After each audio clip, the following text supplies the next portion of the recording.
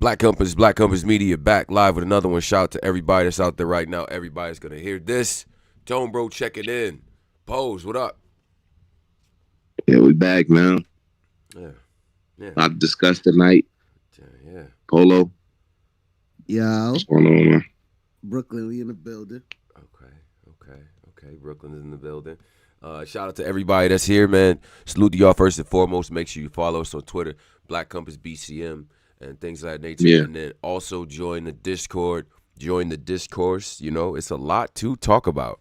Yeah, it's a whole lot to talk about. I don't even know where to begin. It's a lot to get to. Yeah, it's just like, come on, man. Come on. It's a lot. There's a lot to happen. So shout out to everybody that's gonna hear this and stuff like that. Now, first and foremost, I want to say, hey, Pose, you know, now when a girl gets hit with a brick, right, and Yeah.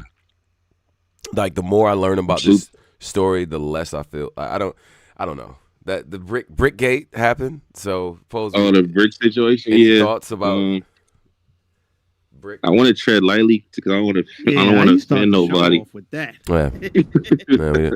We don't want to offend anyone with the brick.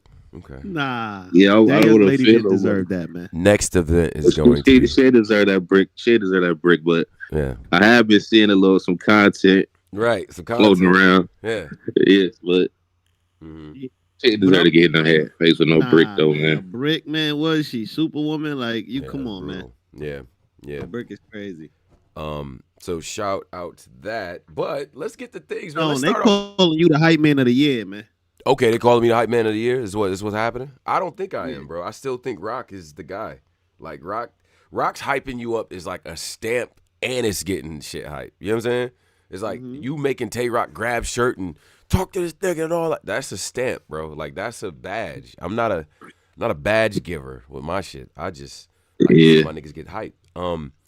Max out 3. Let's begin on that. And yes, I know. You ain't even talking about SM13. And what about the Riot? We're gonna get to it. All right. So roll something up. You want to start with Max out? You want to start with Summer Madness? I think we should start with Max out and then get Start to Max out? Yeah, because Max out is red hot, right? Like it's Yeah. This card was you let that Max out build up. Wait, what? What'd you say? I said that's why you know what I mean? You talk about They don't want to hear about Summer Madness 13. With all due respect, these niggas want to hear about Max out, bro. It was a superior card, right? It was great performances, and I think that we looking at potentially, in my opinion, we let it happen over time, but probably a card with 3 classics on it. I'm just saying. 3 classics. Yeah. 3 classics go crazy. Over time, because we not marking nothing as classic right now, except probably one of those. But over time, when niggas look back on what happened, I think 3 of these battles are going to end up being regarded as classics. That's my opinion. But let's start with Max out because the Faceoffs went crazy. Pose. We're gonna talk about the criteria for classics later, but niggas just getting too loose with this classic word, man. I said over time, it's going to be 3 battles because I want to clarify because these niggas just reacted emotionally. Over time, 3 of these battles from this card are going to be regarded as classics. Over time. Okay. One of them is right now, but there's 2 more that I think could be that. So we'll get to that. But the card was lit, right? We had a lot of people on the card. So let's just give a quick rundown. I got to step away for like 5 minutes. I'll be right back. Yes. But continue, y'all. Okay, I got you. So we're gonna give a rundown real quick of the of the matchups up here. Let me get in my bag. Let's turn up a little bit, right? We had K Venom versus Jay Breed. We had Cino Savvy versus Zay. RX versus QB Black Diamond. J Slash versus Riggs. Def the Kid versus Excel. Head Ice versus Show Off. Big K versus Young Ill. Hitman Holla versus Ill Will. And then we had Goods versus Calico, and the main event, of course, A Ward versus Verb. Now, let's get to. Well, I mean, you was in the building, so I definitely. But while Posey wait and all that, was you went to the Faceoffs, right? I did actually. So walk me through that. First of all, let's just say shout out to Atlanta. It's hot, bro. Like it's hot up here in the Northeast right now, ridiculously hot. It was hot down there. day. One thing about Atlanta is we don't like that traffic. That's the one drawback of an otherwise dope city. That traffic, 5 lanes of work is crazy. So, I get in on Friday, you know what I'm saying, hit the B&B and everything like that with the guys and, hit the mall and all that. And I get to the Faceoffs. Now, what you got to understand about this is that because it was so many battlers and you had Riot going on that same weekend, it was like a convention outside. I'm not going to lie. You know them work conventions you go on, Polo, like where it's like a bunch of chefs downtown, y'all comparing recipes and doing shit. Like that's what it looked like. It was just like, battler after battler, everybody talking, fellowshipping, all of that, right? So we get in the face-offs. Now the face-offs to me were dope. I got a lot of different, a lot of different moments and all that. What was interesting is it kind of started off a little bit awkward, right? The first one always starts off a little bit awkward, right? So you get I think the first one was Death and Excel, and I just remember thinking like, man, these dudes like they got respect for each other, but they gotta talk that talk. You know what I'm saying? Mm-hmm. When we got the J Slash versus Riggs, what do you think about that face off, bro? So I thought Riggs was kept catching him with like, I know you are. What am I? Like them type of like he like, oh, so he said I'm the better version of you. Oh yeah, so you admitted I'm better than you. No, I said I'm the better version of you. Oh yeah, so like he kept catching him in them like them kind of like trick question bag. Yeah. Definitely seeing both of the guys, definitely the Spider-Man meme of the year. I don't know how they're not related at this point, but shout out to that. The face-off between RX and QB Black Diamond I thought was interesting. Now, look, I'm doing it in this order because I know we want to save the other ones because there was a lot said in some of these other ones. But it seemed like RX has something to prove. Did that give us more faith in what happened in the outcome of the battle? No, not necessarily. But you did get some good quotes. RX standing on her shit, what she talks about content-wise and things like that. I thought that was dope. I enjoyed the face-offs, man. And that room was very, like, it wasn't biased to the point where it's like, yo, somebody said a good one. We gonna cheer. Like, you know what I'm saying? Somebody got a joke or whatever the case might be. We instigating in that room the whole time. You know what I'm saying? Yeah. Now, by the time we get to, so this is when things start turning up, right? When you get to some of the main event face-offs, you know what I mean? Like the top, the top of the card and stuff like that. That what'd you think about the Big K? What'd you think about the Big K joint? So the Big K face-off, I mean, I kind of knew it was gonna get there because if you battling Young Ill, you obviously you're gonna have to talk about him like alleged, the crackhead rumors and all that. So it's like those are disrespectful angles that's out on Young Ill. So I know Big K as an angler, I know that when he comes in a battle, that's probably gonna be what he speaks on. So I knew in the face off, he's probably gonna be in that bag of shut up crackhead, like them type bags. And I mean he was. It's standing Big K. Big K keeps the stone face. Right. He lets you know your shit is trash. It could be the hottest shit. He never gonna react to your shit. It's just how it go. Yeah. Young L was fighting back though. He was fighting back. I thought he was fighting back, and started off a little bit slow. But them St. Louis, the one thing about y'all St. Louis guys, right? Let's break y'all down real quick. Y'all got jokes. Yeah, y'all do. Yes, y'all do. Some of the best jokes of that night was from y'all. He's like, well, your hairline. You never take off your hat. You're a white boy that's slightly more believable than A-Ward. And where is your hairline? Her. You know what I'm saying? Like, what? Mm-hmm. I was just like, nah, that was crazy. So that was an ill moment and stuff like that. But the takeaways for me were this. Big K cares, right? He cares about this. He definitely has a heel persona. The best you can get with K is like maybe like an anti-hero type of person because he is still say, shut up, nerds. Like, you know what I'm saying? I'm going to beat y'all. Y'all can't fuck with me. He's really standing on this shit. And now he's really getting to this, yo, I'm a legend. Y'all going to have to respect me as such. You know what I'm saying? I'm a legend. You a myth. It's crazy. That was crazy. That was the bar of that face-off for sure. Yeah, he was talking filthy. But I mean, Young Ill was talking back though. Yeah, Young Ill was definitely talking back. I mean, Young Ill kind of surprised me, man. I ain't gonna lie. Oh yeah, he surprised me a lot, without a doubt. So we'll get to that, and then we get the Ill Will and Hitman Holla face off. I thought the battle was intriguing because you could that Ill Will has a lot of respect for Hitman. You know what I'm saying? And Hitman respect the grind that, you know what I'm saying, that Ill Will had to be able to get to this spot, right? So I thought that was a good face off. There doesn't have to always be like vitriol, but they was getting at it. You know what I'm saying? Like Ill Will is funny, man. He tries to bait you into saying some wild shit. But it's just like once you get to talking about accomplishments, if Hitman is talking to like a battler that's just a battler, it's gonna get bad very quick, in my opinion. I don't think you can out accomplishment Hitman. Like it just doesn't work. So but I mean, I thought Ill Will kind of did it. He kind of did a kind of rookie mistake, and it's like you already know Hitman Holla is coming off a loss to the public. He lost clearly to Easy, so he's coming off a loss. I feel like in this face-off, he didn't really. I feel like the approach he went was kind of like making Hitman Holla more of an underdog, and it's kind of motivating Hitman Holla because he called him like Michael Jordan on the Wizards. Yeah, that was brutal. He used a lot of those washed up references, so I feel like that right there in itself could motivate anybody, and I feel like that's where he made the mistake. Right. He motivated Hitman Holla, and you in a small room, so you locked in a cage with one of the best performers. Yeah. In battle rap, so it's like you ain't got that much reason to be poking the bear like that.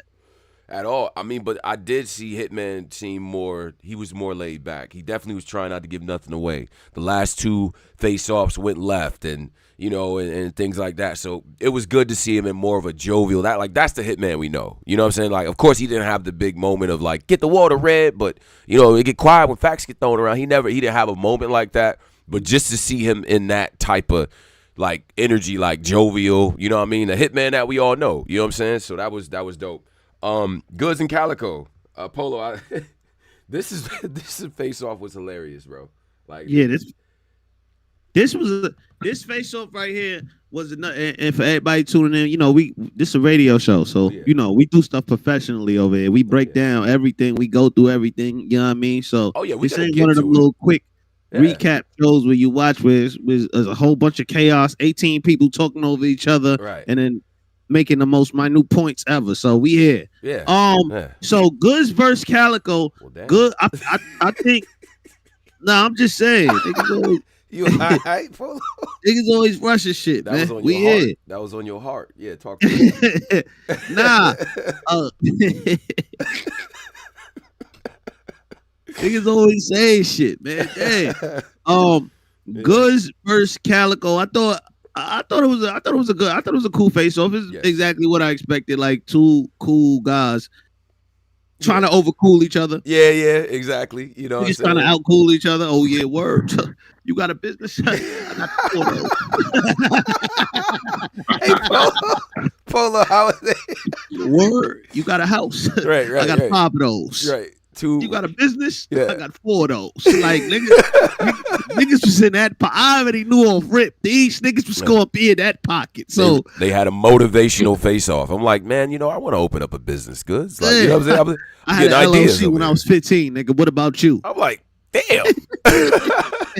I'm like, hey, do you guys realize the stuff that you're talking about is not normal to niggas? Like, so you got cool dude, get money dude from the Bronx talking to a cool get money nigga from Detroit. It was just exactly. It's like it's like 2 of the worst kind of get money niggas in the world is battling. You got a Detroit get money nigga and a Bronx get money nigga. That's like, nigga, that is crazy. Like you got 2 of one of the only thing missing was in Chicago, nigga. You have 3 of the most outlandish, outrageous arguments ever. But I'm not gonna lie, man. I got a big kid. What I'm talking about? I got goods. Now we could get into this. The face-off was cool. The face-off was cool. It was Verb cool. A-War real quick. Forehead to forehead work. I don't like now. I'm gonna give you the perspective of the room. I'm gonna come clean. Now tell forehead work. Yeah, forehead work, right? So being in the building when it got like that, now I said to myself, okay, neither one of them are about to fuck this money up. They were as close to the edge of doing too much as you could possibly be, right? We knock ARP. They about to squabble, or was it seemed like you gotta turn your mic up. It seemed like I can hear. I don't know how to do that. Turn the mic up. Oh no, I got him. Polo, you could turn him up on your end, bro. But go ahead. Yeah. It seemed like was it squabble energy for Verb, or they was like rapping? Nah, it was competitive. Yo, you hear now? You heard now? You heard? Like we all heard. You see who we with? Like, you know what I'm saying? Like it was that energy. And A Ward, bro.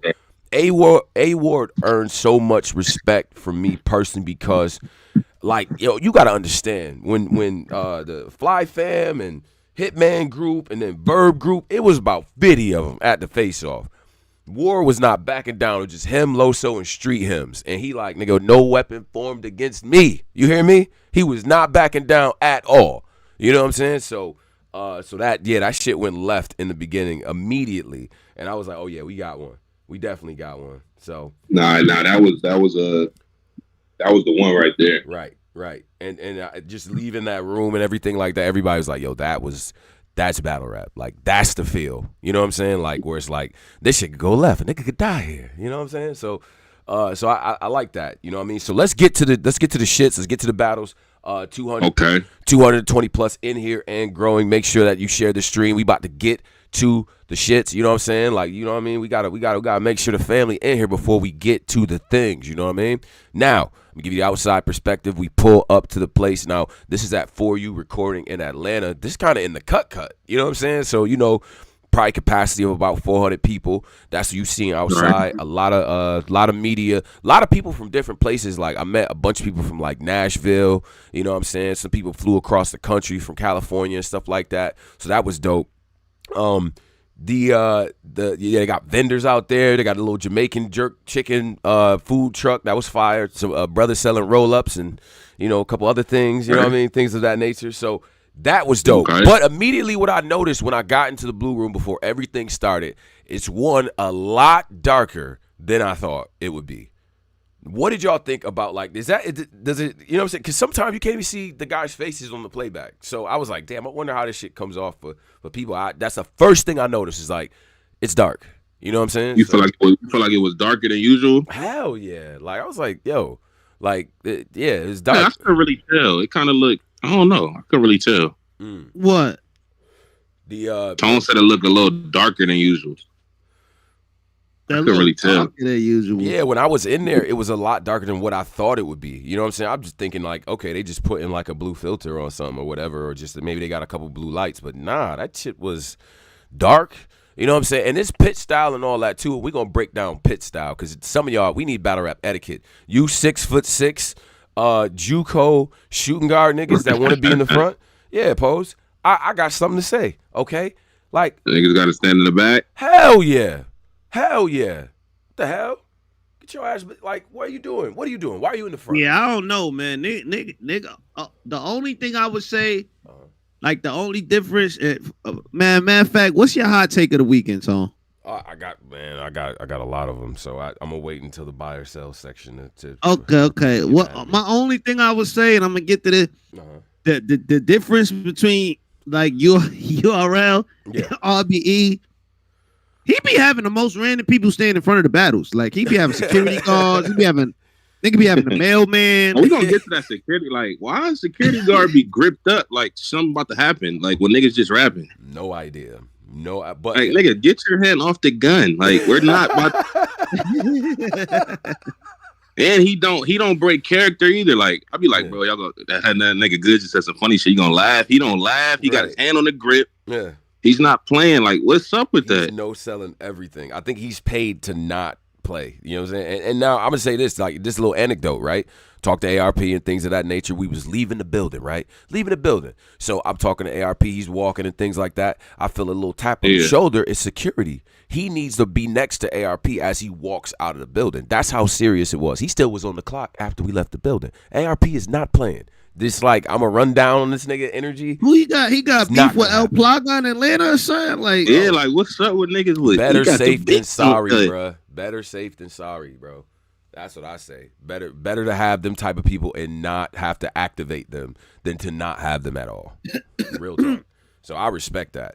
But no, man, but better safe than sorry. But like, Nah, I ain't even gonna do it. Yeah, well, okay. So let's get to. So from your perspective, how was the stream and all that, the wait time, things of that nature? What were they playing in between the stream, and then you got the Butterfly. I thought everything. I thought it was pretty moving. I didn't catch none of them beginning battles.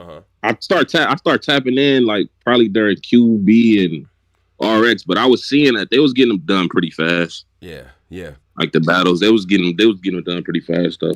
What do you guys think of Rosenberg, Vada, and Showtime as a hosting trio? I ain't even gonna hate on them brothers. Salute to them brothers, man. Right. Yeah. Like I would have. I usually would say so. But, how you feel? Yeah. I salute to them young men. Like how you feel? Look at you, bro. How you feel? That's funny. Salute to them black men. They did good, man. I ain't gonna get on them. Now, the preliminary battles, the undercard battles, I actually think this is a really, really good undercard. Like it was really dope. It really set the tone well. Pose, you said you didn't see the 4 undercards. I seen like a little in and out. I seen a little bit of you in the back, Afro. Okay, see you were Riggs, and then I seen a little bit of I seen a little bit of yeah. What's my man name? The other one you was the first, the one him and XL. Def the Kid. I seen that one too. Mm-hmm. Yeah. Mm-hmm. Def, yeah. Okay. I seen the two with you in it, just peeped in to see what type of nigga you was today. But I didn't really look at the battle. I just kind of looked. Let me see what's going on. Everything you do, I be watching. Like right. Let me look at this nigga. Even them underground blogs. You got a couple blogs you did this weekend was like underground niggas. Yeah. I haven't peeped them. Let me see what type of nigga this is. Let me see what type of nigga he is, right? But nah, I just got there and watched you. Like, let me see what Tone doing today. But nah, yeah, it seemed like they was going good. The battles though. Takeaways from the undercard, in my opinion, I thought it was dope. We start with K Venom versus Jay Breed. I think you talk about potential. This is Jay Breed's second max out on the undercard. In my opinion, he's won both times. K Venom is dope, Chicago and all that. Venom, we need to figure out this fro because we can't see you. Like we can't. It's just. Like, bro, you just, you know what I mean? Like, we can't even, like, we don't know what's happening. So I ain't see this battle. It was dope. Both of them, let the store getting blunts. Both of them are super lyrical. I think I like the way. See, he's, Jay Breeze from Virginia. He got that like Virginia. He got that cadence, bro. He knows how to space this shit out, and like he knows how to get reaction to things like that. I feel like Venom at times is rushing through his material. He's dope though. Like you go back to what the shit he was saying, he was actually really good. Then see that had a little bit of energy because all these people that's on the undercard is trying to make it to the like the main situation, whatever the case might be. So like afterwards, after it was over and the consensus was that Jay Breed won, it kind of went it was a little emotional in there. Like, you know what I'm saying? Like it was like, nah, this is dead ass serious. You know what I'm saying? So little almost, almost fight activity and things of that nature. But oh yeah. But it was cool though. I mean, it got resolved pretty quickly. We get to Def the Kid versus Excel. I thought was dope. I mean, I put my manager hat maybe on a little bias, but I thought Excel did his fucking thing though. I gotta give props to him. That tone deaf shit that he did, Pose, that might be the best shit somebody has ever dissed me with in the battle. I'm gonna come clean. Well, who's the? Oh yeah, now I really got listened. He kept, yeah. See, he kept doing the. He said, "Yo, you hang out with tone deaf. I'm making niggas tone deaf," and then he kept flipping tone deaf, and then it was fire, bro. Like on some Excel shit. Like that shit was cold. Polo, what was your takeaways on that battle? I don't want to be too. What was the name? What battle? Def the Kid versus Excel. Excel. Oh yeah. I thought it was good. Excel this Excel he gotta work on his flow a little bit, man. It shit sound like he's reading off a paper. But besides that, I mean it was good. It was a close battle. I had Def winning it though. Yeah. We had the Go Left battle, right? Zay, shout to Zay. You know what I mean? Show off's doppelganger.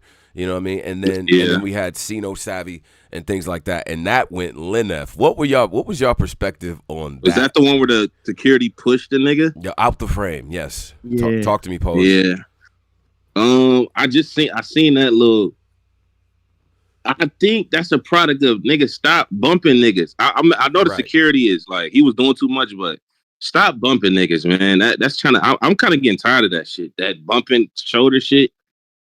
I'm kind of getting really tired of that shit. Like that shit is not necessary. But that's kind of what got them niggas pushed off the screen. Stop bumping niggas, man. These niggas grown men. You don't know how the nigga behind him feel. Like you just bumped him too.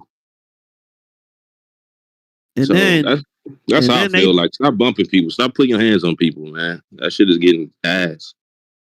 They both lost the battle to me because after they bumped this nigga, they turned back and like he pushed the battle rap character out of niggas, man. Like pause, like niggas just I don't want to hear no guns. Like I don't want to hear no fighting bars, guns. You had an opportunity right there to line it up with niggas and do a demo.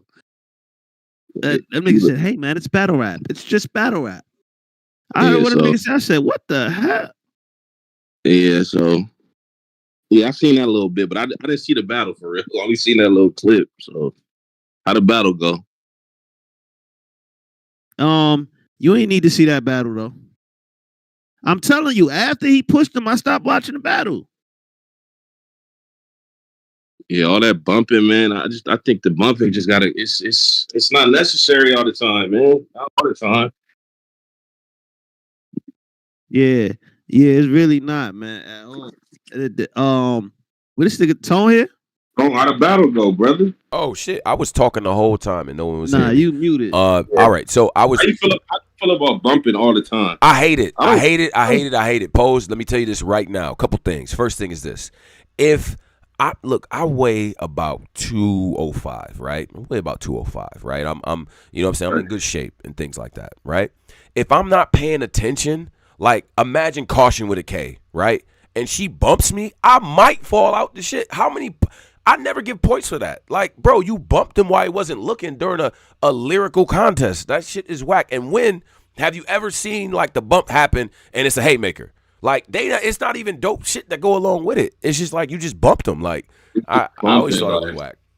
Never like that shit. Never. Like I don't mind niggas being aggressive. Sometimes it's like it go with the battle. Like that's a part of this shit. Like, but sometimes that bumping kind of get like, all right, man. Yeah. That shit is whack, bro. It's whack. Like, what does that add? Right? Like, what? You ever seen somebody bump another nigga like, oh man, he winning the battle now? Like, no.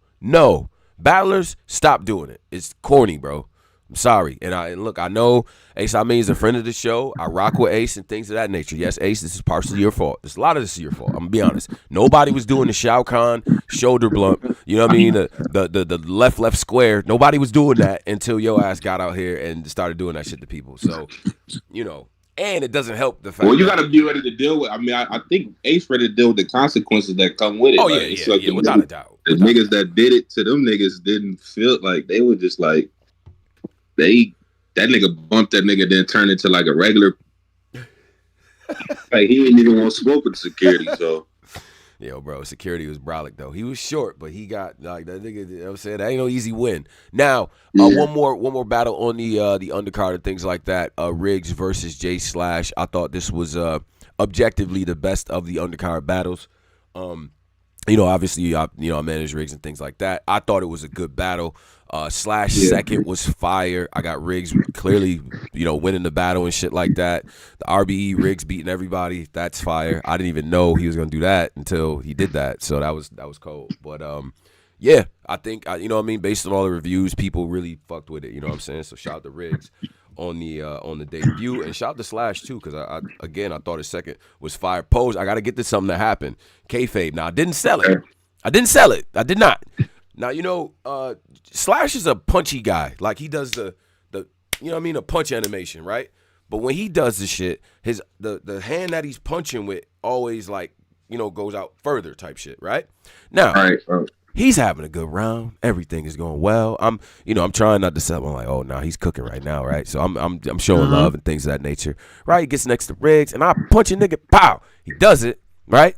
Now standing right next to Riggs. Now my cheekbone, J Slash. You jabbed me, my nigga. Yeah, you punched me in my cheek. You did that. You did it. I didn't sell it. I did not sell it. No, it wasn't a crazy jab. What? Yeah, but he did that, and I'm like, oh shit, wait a minute.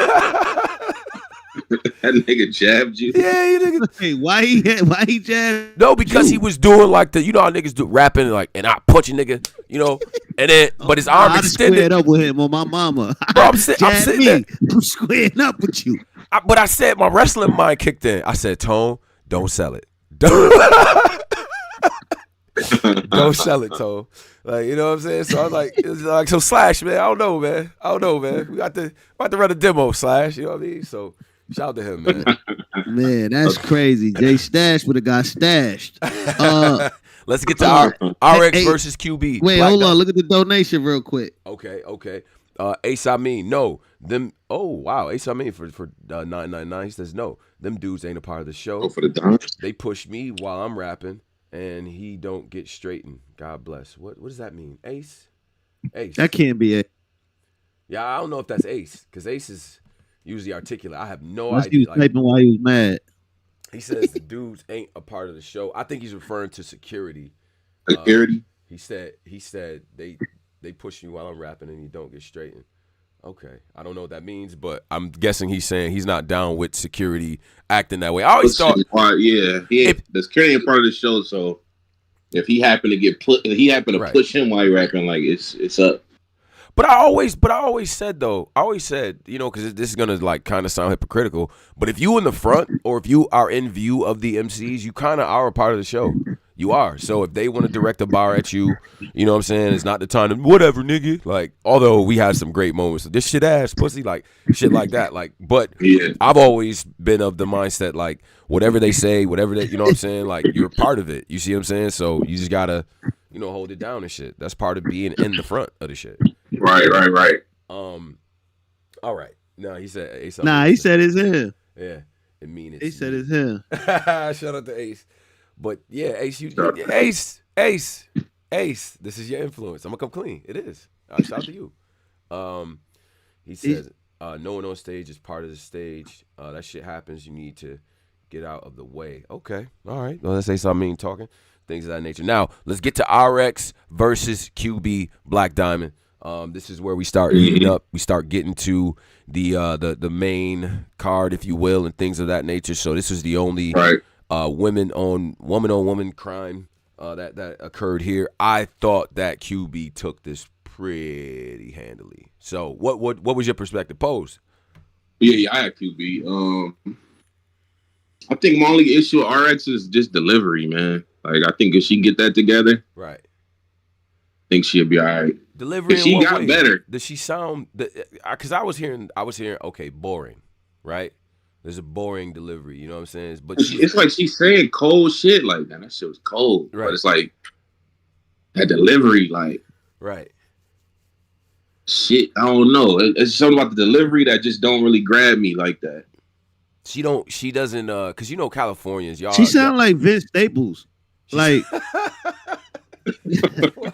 out to the homies. Man. She said OD West Coast. Like she got a blend. She's from the city, so it just I get it. I personally get it, but it just don't grab me like that. Like, I understand it because like people from the West that talk gangster shit in like the most like cool, calm, collected. Yeah, cuz got shot the other day, and you know what I'm saying. Yeah, you know what I mean. Y'all are very nonchalant people. Right. So she be having that attitude from the city, like nigga, this shit we see every day. You know what I'm saying? So I don't know. At times it's no conviction. Yeah, but at the same time, you don't want her to come back. Right. Like me saying, like I don't like her delivery. I don't want her to come back now. She trying to be powerful because it might sound cringe. She trying to change her delivery. Yeah.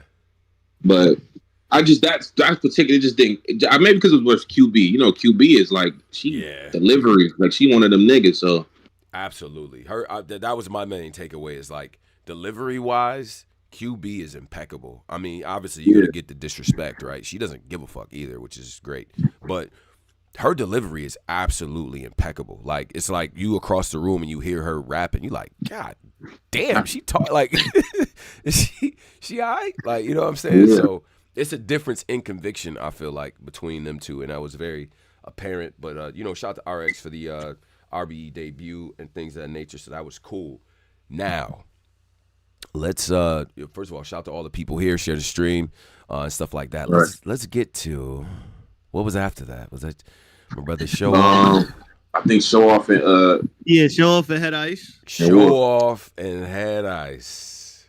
Pose? Help me out, Pose. Help me out, man. What yeah.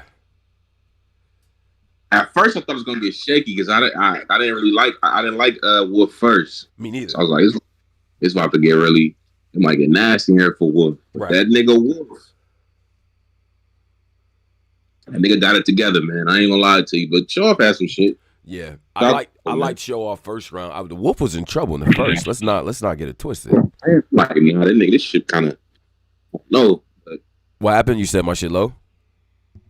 No, I said this shit was kind of looking like I don't know in the first. Like, I don't know.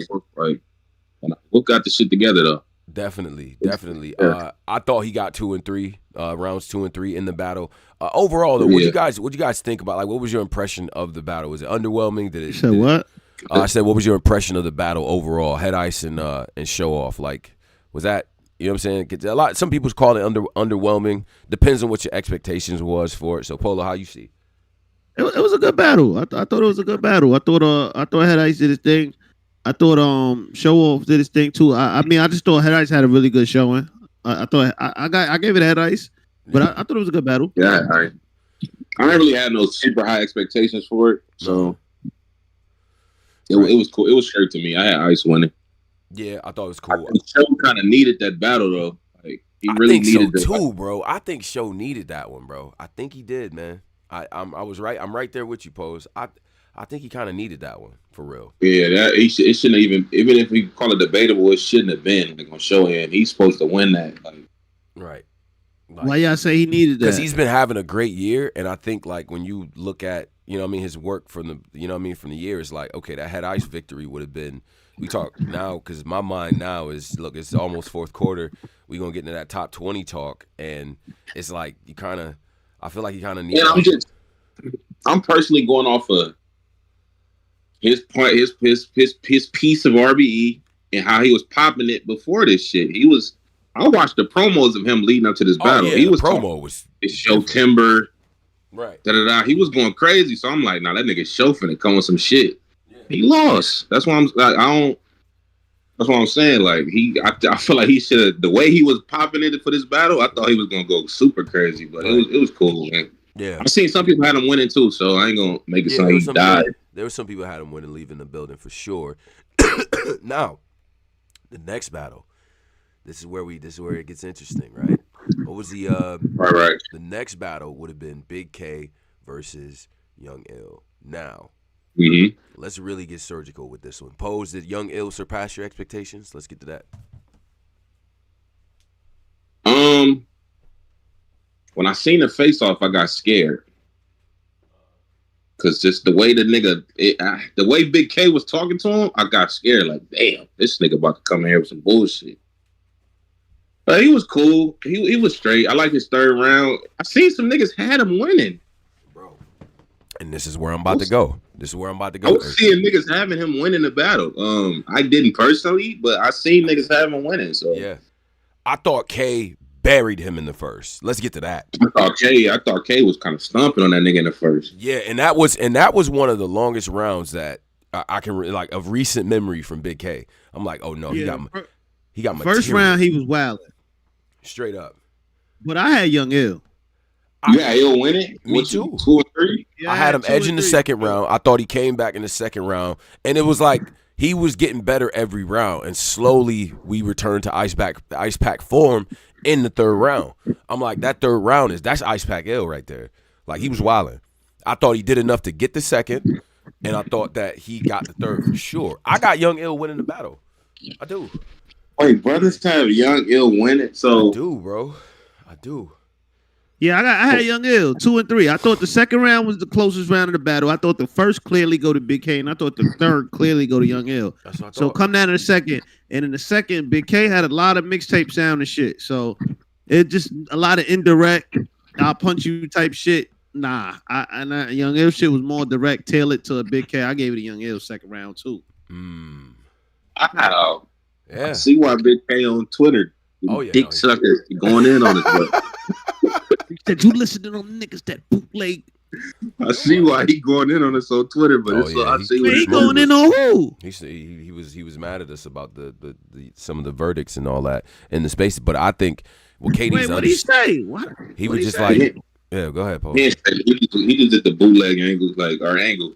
Yeah. But he went in on his way. I don't know what he was mad about. Y'all say he lost on the bar guys or something? I think no. Rosenberg and Polo was getting into it about Easy and Big K, and he jumped in and was like about Cody. Right. And Rosenberg was on which was weird. Rosenberg was on Big K side and Colo's on Easy side, but oh, okay.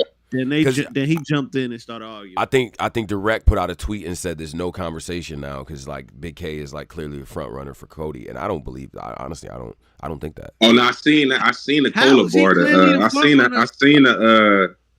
seen a house nigga bar. Yeah. He wilded out. That nigga killed. Cola called Direct a house nigga. Like, well, we can talk about that at some point. We can do it now because I love Direct. We'll get to that at some point, but yeah. Nah, so y'all had Young Ill winning. I had Young Ill winning second and third, edging the second. I'm not mad at somebody that has Big K winning that second round, but it's super close in my opinion, and he clearly got the third. Yeah, absolutely.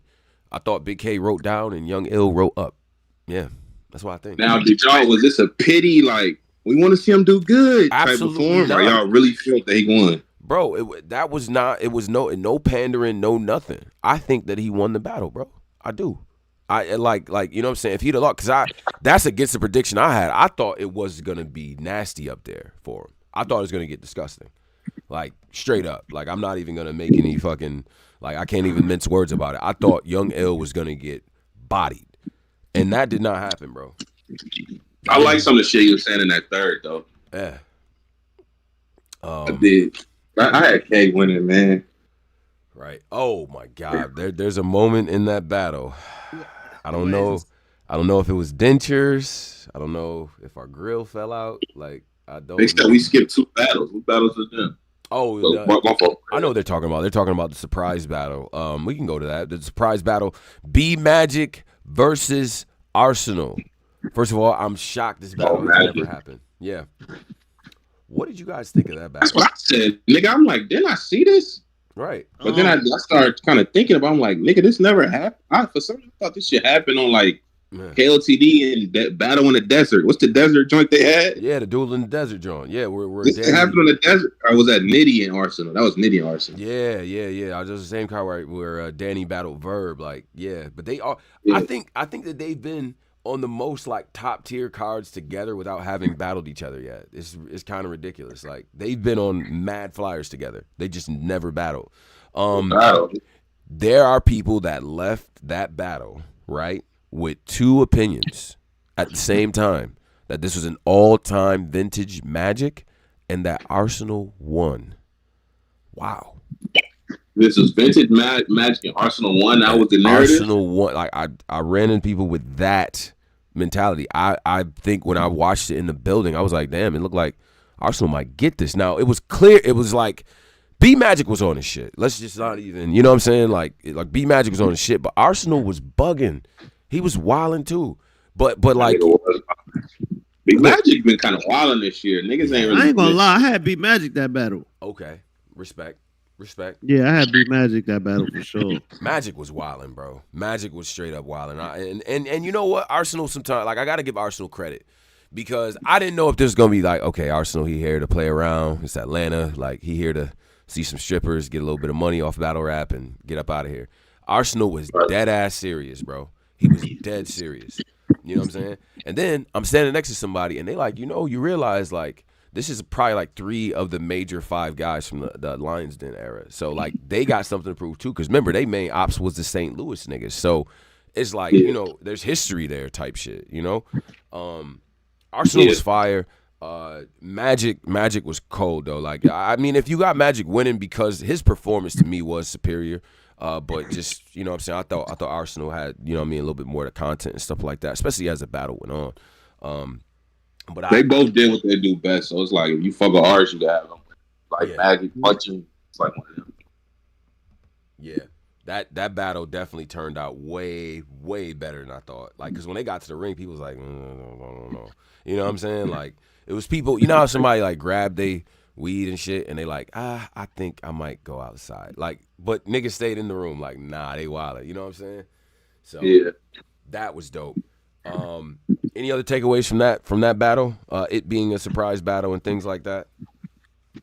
Surprise battles for some reason, like it's no expectation, so it make it more fire. Like it's usually like, so I think that was one of the reasons it was fire too. It's like I knew it was gonna happen, but as a fan, it's like, oh shit, like Arsenal versus Big B Magic.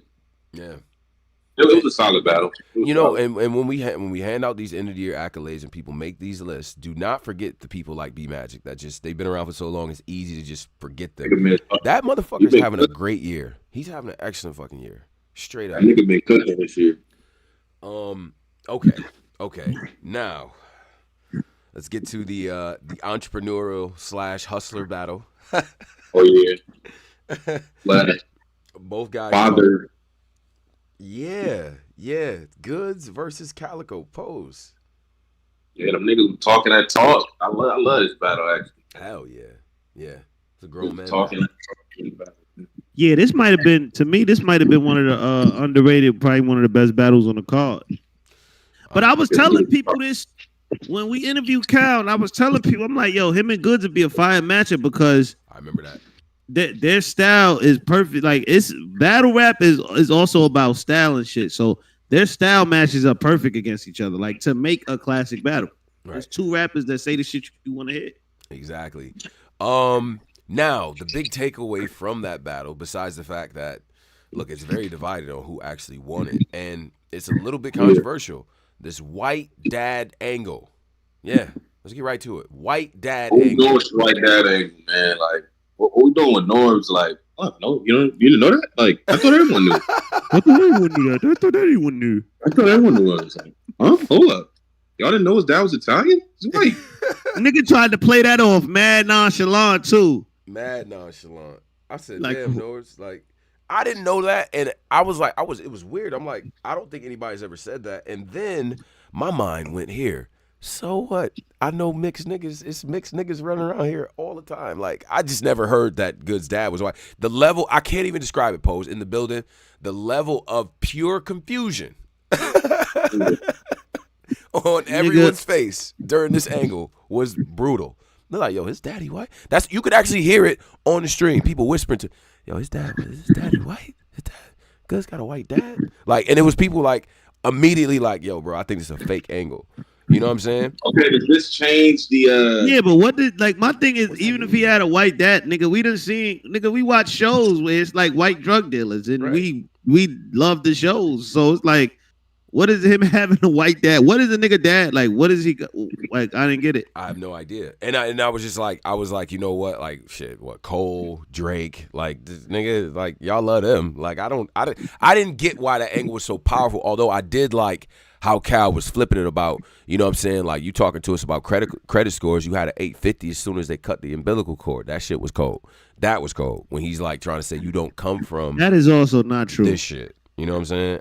Well, true or not, I thought it was a good like. No, but I'm just saying, like, even if you mix, that don't mean if you got a white parent, you gonna have it. I want to say what? I know mad mixed niggas that struck gold. What? But can we say this? Like, battle rap used to have fake shit that niggas would make, like, because I will never lose to an elementary school bus. Like, niggas could make shit up and make it like paging Nurse Randy. That was a part of this shit, like making shit up about niggas. Right. So it's like now everything got to be the truth. Are you lost? We know niggas used to be lying all the time. Like, niggas be lying in this shit. Now, I think Arsenal did drive a bus though. That's funny. Wait, Arsenal really was a bus driver? He said he wasn't though. He said he wasn't. I never did. They did an interview with him. There was too many people that was using that angle though. Because it was funny. Because Conceited opened it up. I would never lose to an elementary school. He's the first nigga to say that bus driver angle. Yeah, I know. But Conceited stood on a nigga neck though. Now because that was Arsenal. Because what that was the battle where both of them who got picked up in that battle, like they was like in the crowd. Yeah, that's the one where that's the one what's the name was on the nigga head, pause. Like had his legs around his head. That's Con. Oh yeah. Okay. But you could make up shit about niggas back in the day. Like now you cannot do that. Like you can't, yeah. Well, I don't because know wait, it's just the fact that a lot of Calico's basis on his round, right? And I actually talked about it multiple rounds, was about this angle. So if the angle is not real, as a battle, I'm gonna ask this to the people that sit here and to you guys.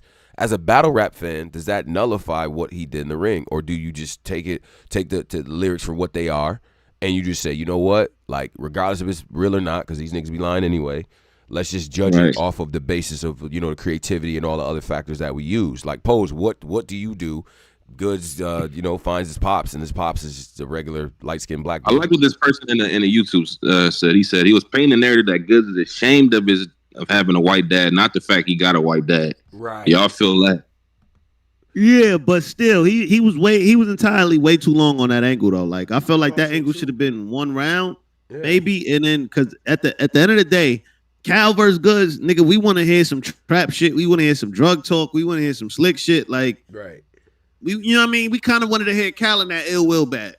Yeah, exactly. That was the Calico that I was mentally preparing myself for. But that was not what happened. It was like, yo, we kind of really, use that topic to a point. Like, you know what I'm saying? So it's just like, all right, like, you know. But and then of course on cue there are people like, yo, these niggas be lying all the time, Tone. I get y'all. I understand y'all. But y'all are very selective on the niggas be lying all the time shit. I'm gonna come clean. Y'all use that excuse for motherfuckers y'all fuck with. Stop doing that. At least be consistent. You know what I'm saying? Like certain people, they like, well, niggas lie all the time. Let that have been Anderson Burris or somebody. Like, man, he lying. Like, you know what I'm saying? So yeah, I thought I seen a nigga in the comments I already knew Goods was half white. He rapped like a capitalist. Somebody said that in the comments. He been rapping like a capitalist since he came in this shit. I knew he was half white. Yo, rapping like a capitalist is hilarious. What is he supposed to be? It's America, the land of capitalism. Whoever said that is broke. Hit me up too. My notifications work. You broke, nigga. Goods is not rapping for you broke niggas, and neither is Calico, honestly. But the difference between them is that Goods is gonna tell you like, okay, you may see this a certain way. I'm doing it like it's facade, but there's actually more going on here. Like the bar that the bar that always stood out to me with Goods that I always fucked with, right? Where he was like pulling out the jewelry, and he was like, I don't buy this shit to floss. Like I buy this because I don't trust banks, and this is a better way to save my money. I said, oh no, he teaching niggas. This that teaching niggas shit, right? And niggas can't get out of their own ego to just hear a nigga talking that shit when he talking about making these investments and shit. But Calico is the type of nigga to like try to inspire niggas like, yo, this is where I was. Like, you know what I'm saying? Like this is the shit I went through in order to get the bag. So it's like, it's two different approaches, you know what I mean? They're kind of talking about the same entrepreneurial hustler type of spirit. Again, from a Bronx nigga and a Detroit nigga. I love this battle. Straight up. I fucking love this. Let me ask you this. Battle rap is for the whole culture. If a nigga could paint a great narrative with a fake angle, like I just got an angle on Tone that nigga, you ain't been taking care of your kids. Even though he married, he got everything. And I'm painting a powerful narrative about it. Sure.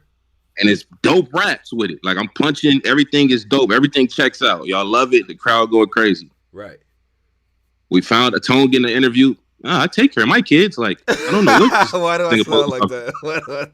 Why do I sound like that, Posey? Are y'all going to look at it like, nah, that nigga Pose lost. He lied on Tone. Or are y'all going to be like, nah, that nigga was wilding though?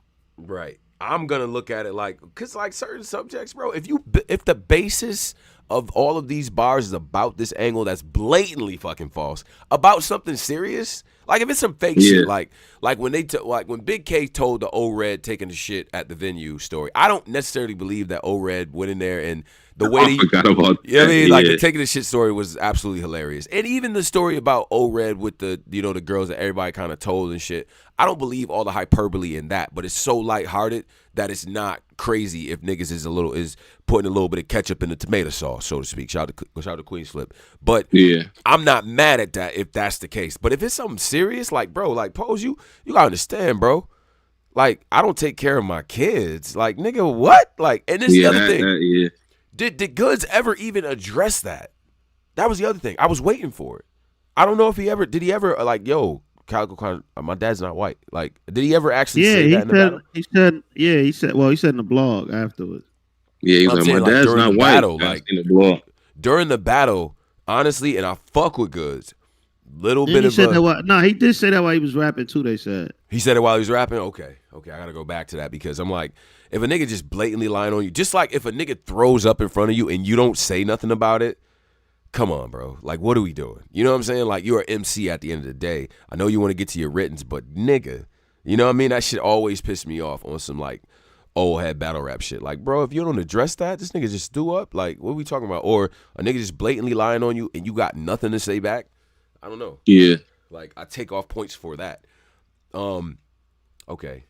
So that, but I like the battle. I like the battle Pose, and I do think I really don't fuck with the battle though. It's a battle that over time, again, I'm gonna save the angle, but okay. All right, let's get to the next battle. Okay. Yeah. Now. Was this was Hitman, right? No, this was no. This is Verb. Right. Vegan Verb with A-Ward. Vegan. Or now, let me help you understand the building. First of all, this is where all the 6'6" niggas want to be in front. And shout to St. Louis. Caps. Bro, red caps everywhere. St. Louis out, Cardinals jerseys.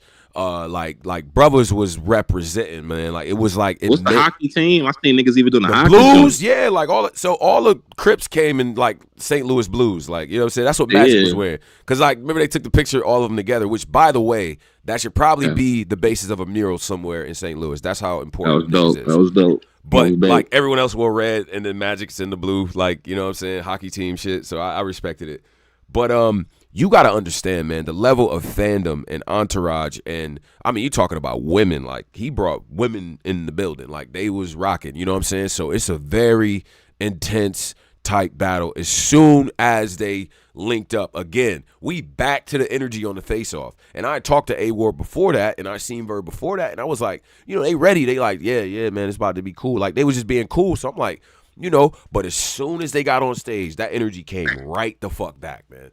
Wow. Right. Wow. Pose. Polo, help me out, bro. First round, what are we doing? What are we doing? First round. Who went first? Was it Verb? It was Vegan. Yeah, Verb went first. Easy. That nigga came out the gate kind of wilding in a Verb, in his new Verb form, though. Break that down. Break that down. New Verb. Like just bending words, put them together, rapping through it. And you could tell he was taking his battle. This nigga was trying to win. That's the thing you could tell. Yes, he was. He was trying to win the battle, man. He definitely was. I don't care what that nigga said. He was trying his hardest in his battle. But his round one was fire. He was going crazy. Yeah. I ain't gonna lie. His round one was fire. Yeah. He was in his goddamn bag. I mean, lyricism, cadence, flows. Even though everybody's going crazy, Verb still has a way of staying in pocket. He's not like even when he raps fast, like it's clear. Like he put time into making sure that every one of them fucking syllables and all them flows work, and a nigga switches flows often. Verb was in his fucking bag. Like all we was missing was a varsity jacket and a fucking do-rag kit or like a fucking, you know what I mean, like some wave grease. Like he was wilding, bro. And I said to myself, A-Ward is in trouble. A-Ward's in trouble. And then, and then, yeah. Huh? Yeah. How do we start off the battle Pose? Yeah, I want you to say it. Yeah. Yeah, that's the that's the Glock. That's the Glock 40 joint, right? Turn to Isaiah. Glock 40 on your Glock bitch 40 on your bitch ass, like, bruh. Yeah. Now, yeah, I'm gonna tell you one thing right now. Yeah, he had the gun hand on his forehead and all. Gun hand on the forehead. Verb smacks it away. They did a great job of selling the shit. You know what I'm saying? Verb smacks it away. They did an excellent job. Yeah, they did an excellent job. And I have been in the building for like now the biggest reaction of like that I've seen personally is Sue Surf and Tay Rock first round as gun titles is the illest reaction I've ever seen or been a part of. Second to that is when Briz said hanging halfway out the bag like a hash brown. Like it turned into like a fucking mosh pit in there. But when A Ward said turn the Glock 40 on your bitch ass, bruh, I dropped my drink. I spilled some shit. I ran into niggas. Niggas was hitting me. All type of shit. Like, bruh, we was wilding in there. That shit was crazy. Crazy. To set off the battle like that. Like, what? That was dope. Glock 40 on your bitch ass. Bruh. And then he definitely took some Spaces advice. Yeah. Go ahead, talk your shit. No, I'm just saying he took some Spaces advice. Battle rappers, don't be scared. Y'all come in Spaces all it. Black Compass, period. Talk to us, man. Y'all get right for your next battle, man. Training camp. It was very clear that A Ward had been hearing all of the Spaces. He had been hearing all of the talk and things like that. The fact that he was able to respond to that first round, and I actually gave A Ward that first round, right? I gave A Ward that first round. Now, here's the problem, though. Here's the issue. Yeah, because I know where you're going, and here's the issue. That line was crazy, right? Over time, as I watched the battle more and more, and that moment doesn't have the significance that it, you know what I mean, or whatever, or like you like, okay, over time, am I going to have Verb win this battle? I thought about that in real time. Am I going to have him win in this first round? Because like lyrically, he was just fucking bugging. And rewind time is more defined. Verb was saying a lot of shit. Yeah. So, but I gave Ward the first round. What'd you guys think? Yeah, I think I edged Ward the first. But it's one of the ones I got to keep watching, man. Verb was saying shit in that first. Absolutely. Yeah, the first round to me was probably the closest round of the battle. Yeah. I know on first watch, technically I had a Verb, but that Glock 40 line, that definitely was a big line, man. Like, that was retarded. And you know, his first round was complete and things like that. And the thing that I look for with Verb is if he's gonna take that dramatic like drop off from round to round. And to me, he kept the intensity. His second round is fucking cold too, bro. His second round is what the niggas say to? Because we hate our own joint. That hit my soul. That hit the spirit right there, didn't it? Mm-hmm. Yeah, that shit was powerful. Cheer from you gonna mean cheer for me going that yeah, he went crazy. Right. Like I thought A Verb kind of was just going up every level and from the second and third, and I thought Ward kind of was touching on the same things. Yeah. Verb covered more ground in the battle than Ward, for sure. Which I didn't expect because you know Ward is very topical, so he can get to subject, but he wasn't on. He was keeping the on a certain thing, keeping the pressure up, things like that. It's because Verb kind of. Now that the battle's over, Verb promo. See, a lot of people thought Verb promo was to rattle him, was to make him seem like he a racist. But his promo was to also fence A Ward material. Like it like if you A Ward now, if you notice his material in this battle, he was trying to prove himself. He was like, I'm here, I've been here for this. You're not even this. Like he forced him to take that angle. And people kind of was looking like they, you know, Geminis, they very sneaky, you know, but we Scorpios, we the best sign. So we on all of them. So he was making people think that he was being racist, but in actuality, he was really making A Ward write one specific style 3 rounds straight, and he baited him into that. And it's like, you know, and this is the reason why I respect Verb is because it's like, bro, if you want to be over her, you're going to have to fucking rhyme. Fuck that. We not taking nothing easy on you, white boy. You know what I mean? Pardon me if that's offensive. But, nigga, you trying to be mentioned with the likes of us, you know, Verb, in our world, you going to have to go through some shit. You know what I'm saying? So, A Ward, I thought, responded well. I thought Verb's third was a little short. Yeah, I think his third was short, too. That's lighter than what I would have. Third was fine. His third was all gas though. Yeah, he was cooking, but it was like it was so short. I was and like, then War had like War. I don't know. One of them rounds he had a rebuttal that fell flat. Yeah, he did. He did. And then he had the pistol. What did he say? Some costume. Yeah, that shit fell flat. Yeah. It didn't hit. It didn't hit.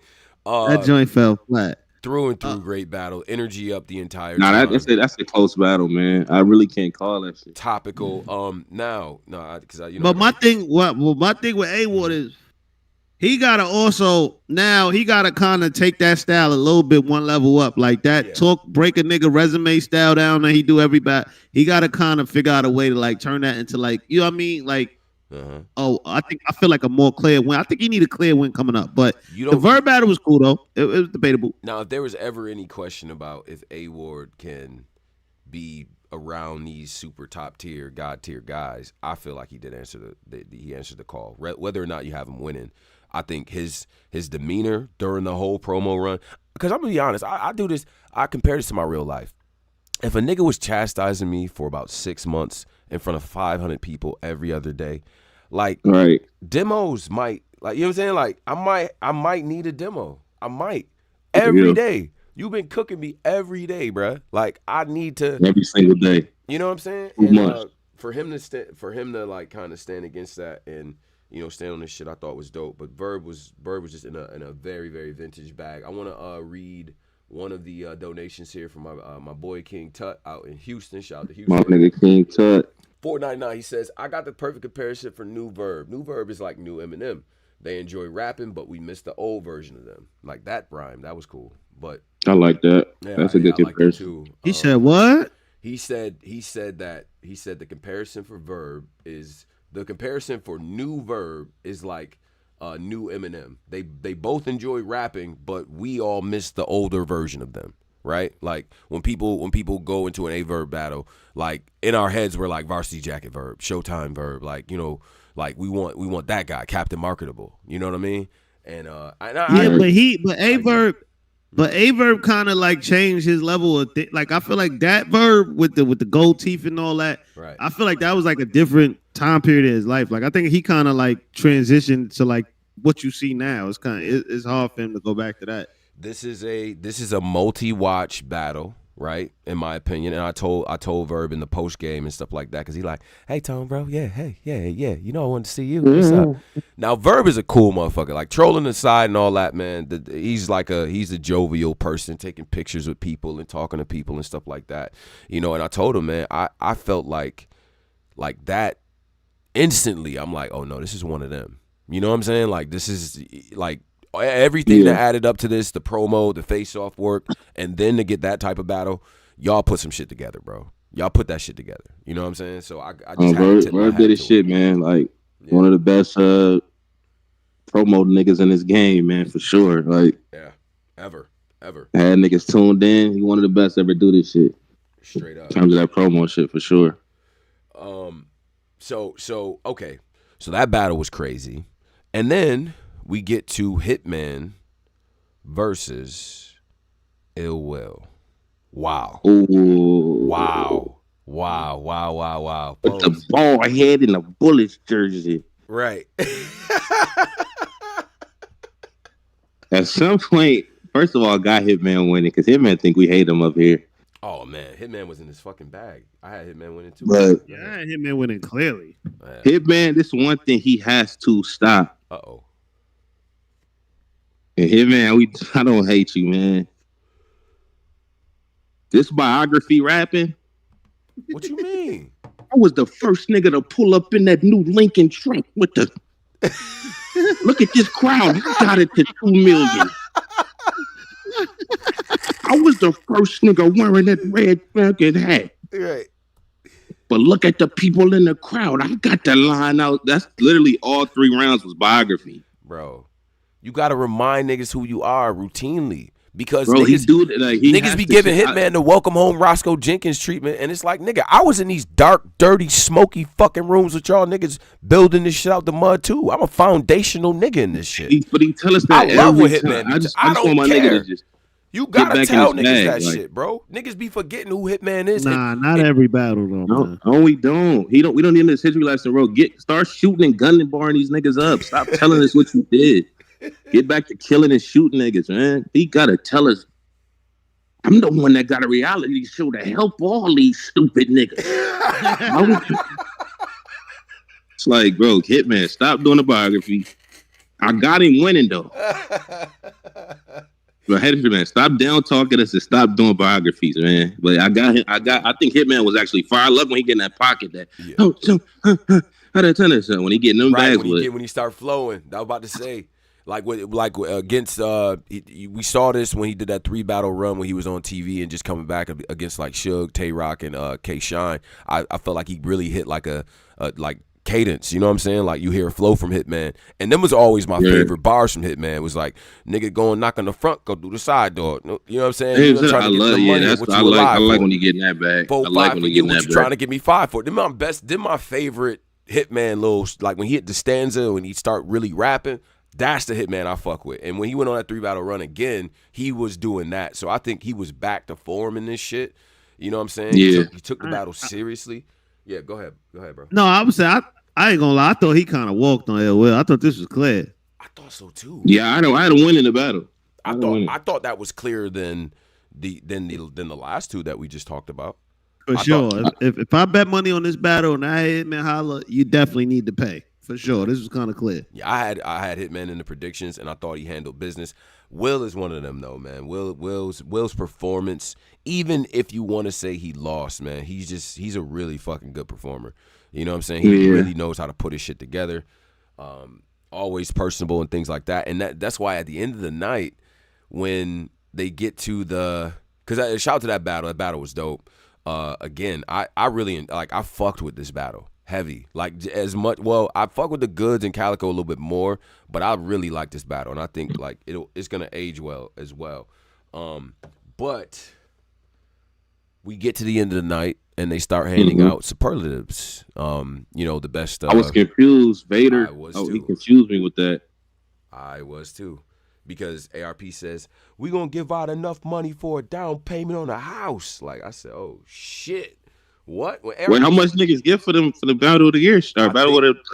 I think the pot was in the teens, in the tens of thousands type shit. What? Like 20,000 on some bonus fight money, UFC shit. Yeah.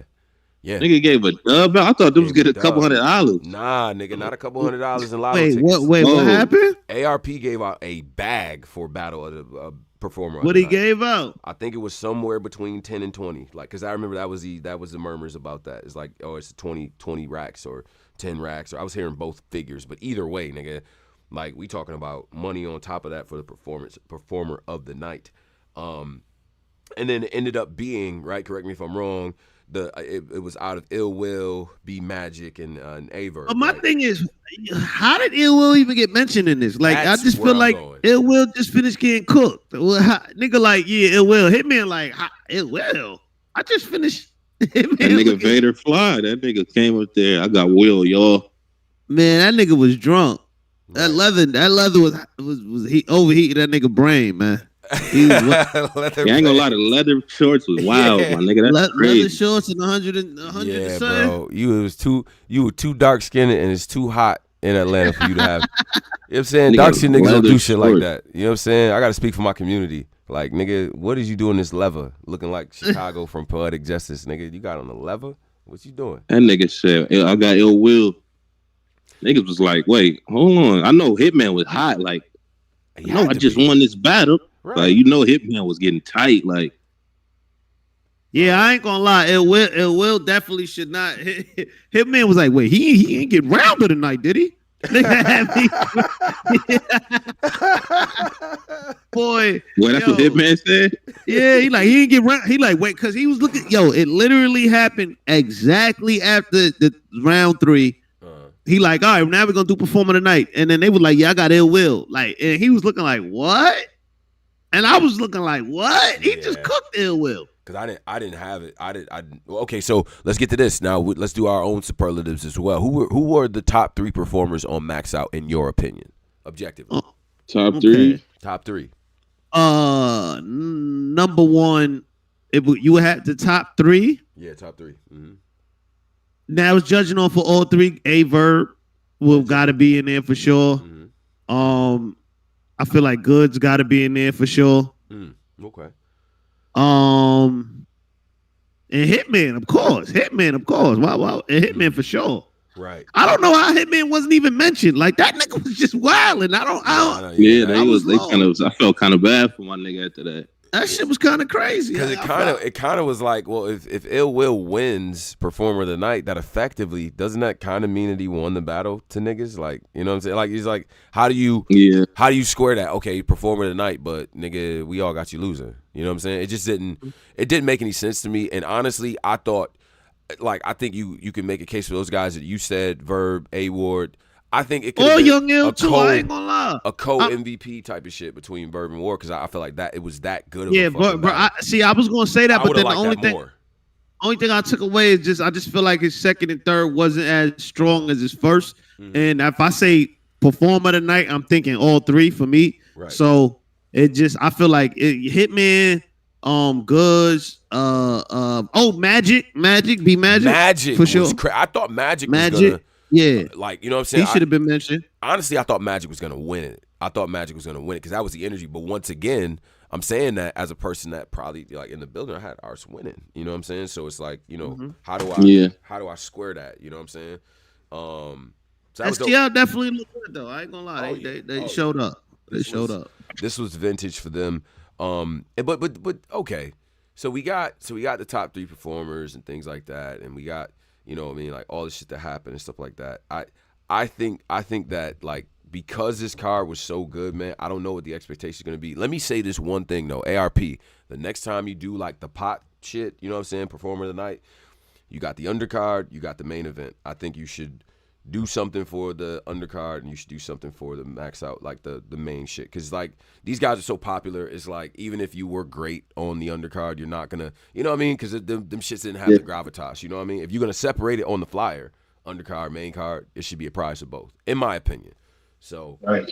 Because, you know, in that way, I think Riggs would have went home very happy. So, anyway, shout out. Yeah, you know, I had to get my shit off, but shout out to all the people that are in here, 360 in the chat, share the stream, and things of that nature. Let's do we want to pivot to Summer Madness because I kind of want to because I got all types of takeaways, buy or sell type of shit. Are we gonna do them both together? Are we gonna? Yeah, we can do them together.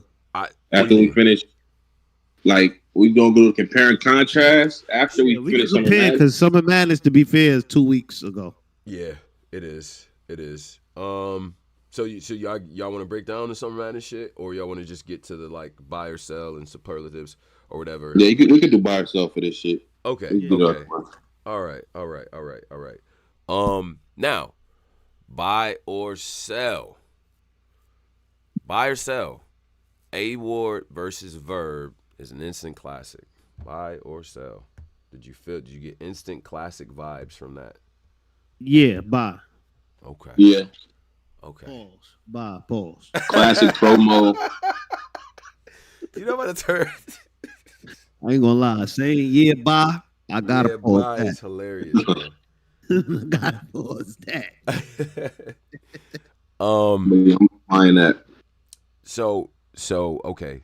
So buy or sell. Fucking Young Ill and Young Ill had a better performance than niggas expect. Like, it would Young Ill surpass niggas' expectations, right? That's okay. Or did he? Yeah, I'll take it. He did. Yeah, he did a little better than I expected. Okay, a lot better. You had about y'all had him as a 65 or the when we did the breakdown. What'd you say? Yeah, I think it might have been a 55. Yeah, Young Ill at the 65, 55. So he definitely showed up. Okay. We get to the other thing. Big K has now made the Cody situate, like, he's the front runner. He's a clear front runner for Cody after what happened this weekend. What's up? We selling that. I'm gonna go buy. How? I'm buying it.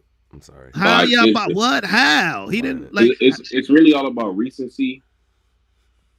So, bro, he lost. So a lot of people, they got Young Ill winning this. A lot of people got T-Rex winning. He got 2 debatable L's back to back on his resume. I'll be right back, gentlemen. Hold on. Go ahead. Yeah, I was saying, Posey, he got 2 debatable L's on his resume back to back, as opposed So who? If it's not him, who is it? I don't think it's clear for anybody. I think it's kind of like last year. Remember last year we had a standstill where everybody kind of had similar resumes. I feel like. Wait, what about the Mook battle and the A-Ward battle? Yeah, but I feel like. Hold on, real quick. Hold on. My fault. I had to cough real quick. I'm smoking super loud. I feel like with the Mook and A-Ward battle, that's cool. That put him up there in the standards. But you also on his counterparts, you got Easy the Block Captain with Dizaster on his resume. He got Hitman on his resume, and he got Reed Dollars on his resume. And to the clear consensus, Easy the Block Captain is 3-0 in those battles. So those are three.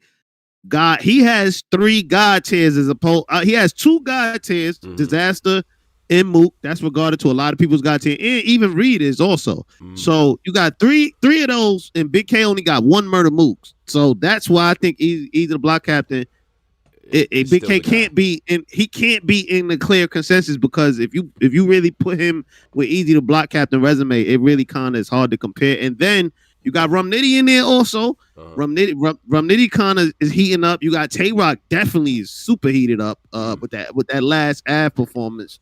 I got Tay Rock up there too. So it's kind of it's a close race. Buy or sell. It's not fair to compare Max Out to Summer Madness 13 because of the sheer number of people, the environment, and things of that nature. Buy or sell? I'm buying that. Wait, what? Wait, repeat the question. Okay. The question, the situation is this. So when we do these comparisons, you're saying it's not fair. It's not fair to compare Summer Madness 13 and Max Out 3. You know, actually, I'm selling because URL was popping it. Get to that. Yeah, but you can't really. I would say buy because you can't really compare 1,000 plus 1,500 plus room to a 200 plus 300 room small room. Like you can't really compare those. Yeah, it's hard. It's harder to compare that shit. Only reason I'm selling it is because URL was popping it. Like, nigga, we here too. Fuck y'all niggas. Like they both was going back and forth trying to. They made this a thing. They did. I'm gonna sell it. They did. Polo is right. Like you technically, like it's much harder to run that URL event than this shit. Yeah, it's a small room versus a big room. You can never, even if it was vice versa, and URL did Summer Madness in a small room and RBE did Max Out in a big room, you still can't compare because it's smaller. Like it's 2 different elements. Like it's harder to rap in a big room as we see, and as you also see, a lot of the battlers they prefer small rooms. Is less pressure for them. They feel like it's more their element. Buy or sell, this card firmly put RBE ahead of URL for the year. Buy or sell? Ooh, that's tough. Yeah. Wait, say it again. Say what is it? Okay, after this card, the way this shit turned out, we can officially say that RBE is ahead of URL for this year. How many events did RBE do this year? They had DNC 2. They had a couple intake cards. Was this their second big card? Right. Outside of DNC 2 and then this. Nah, you can't put them. To me, I feel like URL they have now had, I believe, Double Impact, a big event, right? They had, a Gnome Impact. They had Summer Madness. They had Outside. What else? Yeah, I think the URL is just throwing too many events. Like what you think, Paul? You think you could compare them? I don't think you can compare right now. I don't think. No, we can say who had to. You can't compare them because you're right. Y'all do more events, so you can't compare them. But just who's been more impactful this year in terms of the battles like that matter. Like Mook and Big K. What was it? Niggas love Hollow and Ill Will, A-Verg and A-Ward. Like URL don't really have many this year. That niggas is like, oh, this shit shook shit this year. I do that. Even Easy and Hitman, like that's another crazy big battle. Yeah. You don't think Tay Rock and Av is one of those? That's gonna be dope. But I don't know. Well, that's dope, but I don't know if it's one of those. Like, is it one of those? Yeah. You know? But that brings me to the next thing. Buy or sell. If I took the same card, right? Shout out to RBE, and they put that in the Believe room, which is holds somewhere around 2,000 people or so on and so forth. I don't get as good of a card. If I put this in the same card in a room of 2,000 people, it's not the same. I'm buying it. Yeah, I'm buying that. Interesting. I'm selling the fuck out of that. No, because again, you got some of the battlers that have mentioned they wanted that battle for the small room, because they knew in a big room. Yeah, niggas would have got booed, all type of shit. You think anybody would have got booed if that was on a big stage? For sure. Yeah. Ooh, interesting. There's some shit that we let go in a small room. Like, all right, he got that through customs. It might be a decent bar. We'll be like, all right, but if it's on a big stage, it make it sound like. Nigga, the room sound like a bathroom. How much you can hear the shit bouncing off the wall like that. Mm-hmm. So it's you let more shit get away in a small room than you do in a big room. Like I feel like in a big room, niggas radar for lyrics is on. niggas is trying to hear that shit. They ain't trying to hear no filler, no build up. They want to hear that shit. So in a small room, nigga appreciate that filler. They'll appreciate that little, the little drag it took you to get the one bar to the next. In a small room, you don't get that same luxury. Right. Yeah. Now, okay, we mentioned that they've had two of these blue room situations, like bigger cards and stuff like that. Buy or sell, right? To preserve the quality of this shit, we need to space out the bigger events, right? They only had two. Normally, they would have had like 3 or 4. Like it would have been bigger cards. This year has been they kind of spaced out the bigger cards. Buy or sell, that's better for battle rap quality. Buying that, yeah. Wait, no. Space out the bigger events. Sell. Okay. Sell. I'm selling that because I feel like what it really come down to is niggas gotta really rap. They can't come in there with excuses. You notice when people show up when they rap, you get quality, you get great battles. When people show up and they complain, they tummy hurt, or they flight, or this one or that, the third, fourth, the fifth, the sixth, you get shitty battles. So I just feel like I'm selling that because it's not about the time frame. It's just about the rapper and what the rapper's gonna do. Is he gonna give you excuses or he gonna come with balls? Okay. Your man Cortez wrote a thread that was interesting about why battle rap feels ass now, and he said niggas are exhausted. Like it's events every week. Yeah, fans is getting over hearing material every fucking week. So by the time we get to Summer Madness, we see these niggas on stage. It's like lackadaisical. Like I've been hearing this all year. Like. Right. They had a lot of prep time for this shit. What Cortez got to understand is not everybody is in Cortez luxury where they could sit out for a year and not battle and still get and come back to a big bag. Some niggas got to battle, and URL is giving, and not only URL, RBE and I battle a lot of leagues. They giving brothers opportunities to make money weekly or make money monthly. I'm not talking like RBE are good at booking. They shit very spaced out. They started promoting Max Out 2 months ago. But they don't throw that many events, though. URL will promote Summer Madness, and we're hearing on spaces that I ain't even booked yet. Oh, they just booked me today. They gonna be 20 days left, like before they get. So it's like, okay, I understand why we getting a terrible battle because these niggas ain't had a long time to prepare. Sure. Yeah, but then you'll hear from talking other battles like, oh, Av got such and such next after this and lunch next. Like, so then you're looking at Av's schedule like, oh, how's he gonna do for Tay-Rock if he got J400 block next and then such and such next? Sure. That's ass. Like, I shouldn't have to think. Niggas should just be, but you're right. Like, it's a financial thing. Yeah. Niggas got to take all these battles because it's probably what they done primarily for income. Yeah, and if this something you trying to do for your career, my nigga, like, you can't really say you tired after year one or year one and busy. Like, it's teachers out here. It's a lot of people that got to go to work every single day. And if this something you want to do, you can't really say you're tired. Like, nigga, this something you doing. Right. Buy or sell. Calico had a better performance than everybody on Summer Madness 13. Calico had a better performance than everybody on Summer Madness 13. He wasn't better than his performance wasn't better than All twerks. Okay. Interesting. Very interesting. I sell it. I can't think of all. I feel like I'm forgetting somebody, but I sell it for fun. Okay, we selling that. Okay. Now, That was kind of my last one because I was like kind of getting in between like all the I different get the cards. Riot too. Now, yeah, let's pivot because first of all, this was an amazing card. I just want to close this out and just say because we're gonna get back to stuff, but this was an amazing fucking card, bro. It was a great card, top to bottom. Yeah, it's called 10 out of 10. I ain't gonna front. There was something here for everybody. So yeah, let's get to the rating out of 10. All the people that are in here rocking with us. Yeah, hit the likes too, y'all. Hit the likes and stuff like that. 357 in the chat. Big shout out to y'all for all the support. Out of 10. Out of 10. What are we giving this card? Pose. 8.5. I'm going 8.5. Ooh, where does the 1.5 deduct from? Like, what are we doing?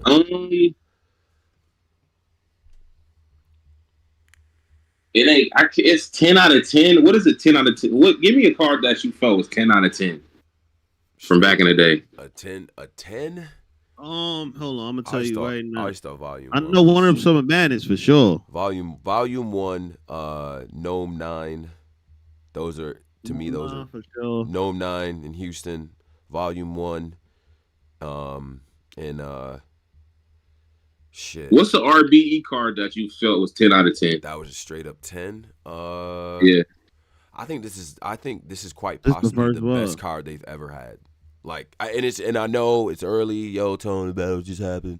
I think this is their best card they've ever had, top to bottom. Like from the undercard, what you got out of the undercard, because now you got guys that you had the debut of Riggs. You got new guys coming to the platform. You know what I'm saying? Like they all perform really well and set the table really well for the battles that were really selling the tickets, and all of them lived up exactly to what we wanted. And to be honest with you, I actually think I knew Calico and Goods was going to be dope, but I actually didn't expect it to be as good as it was. Hitman and Ill Will surpassed my expectations personally as well. And then Verb and A-Ward is an instant classic. I think this is the best card they've ever done. Straight up. Like, so you think you got it as a 10? Yeah. For RBE. Yeah. Yeah, I do. I mean, I think this is the best card they've ever done.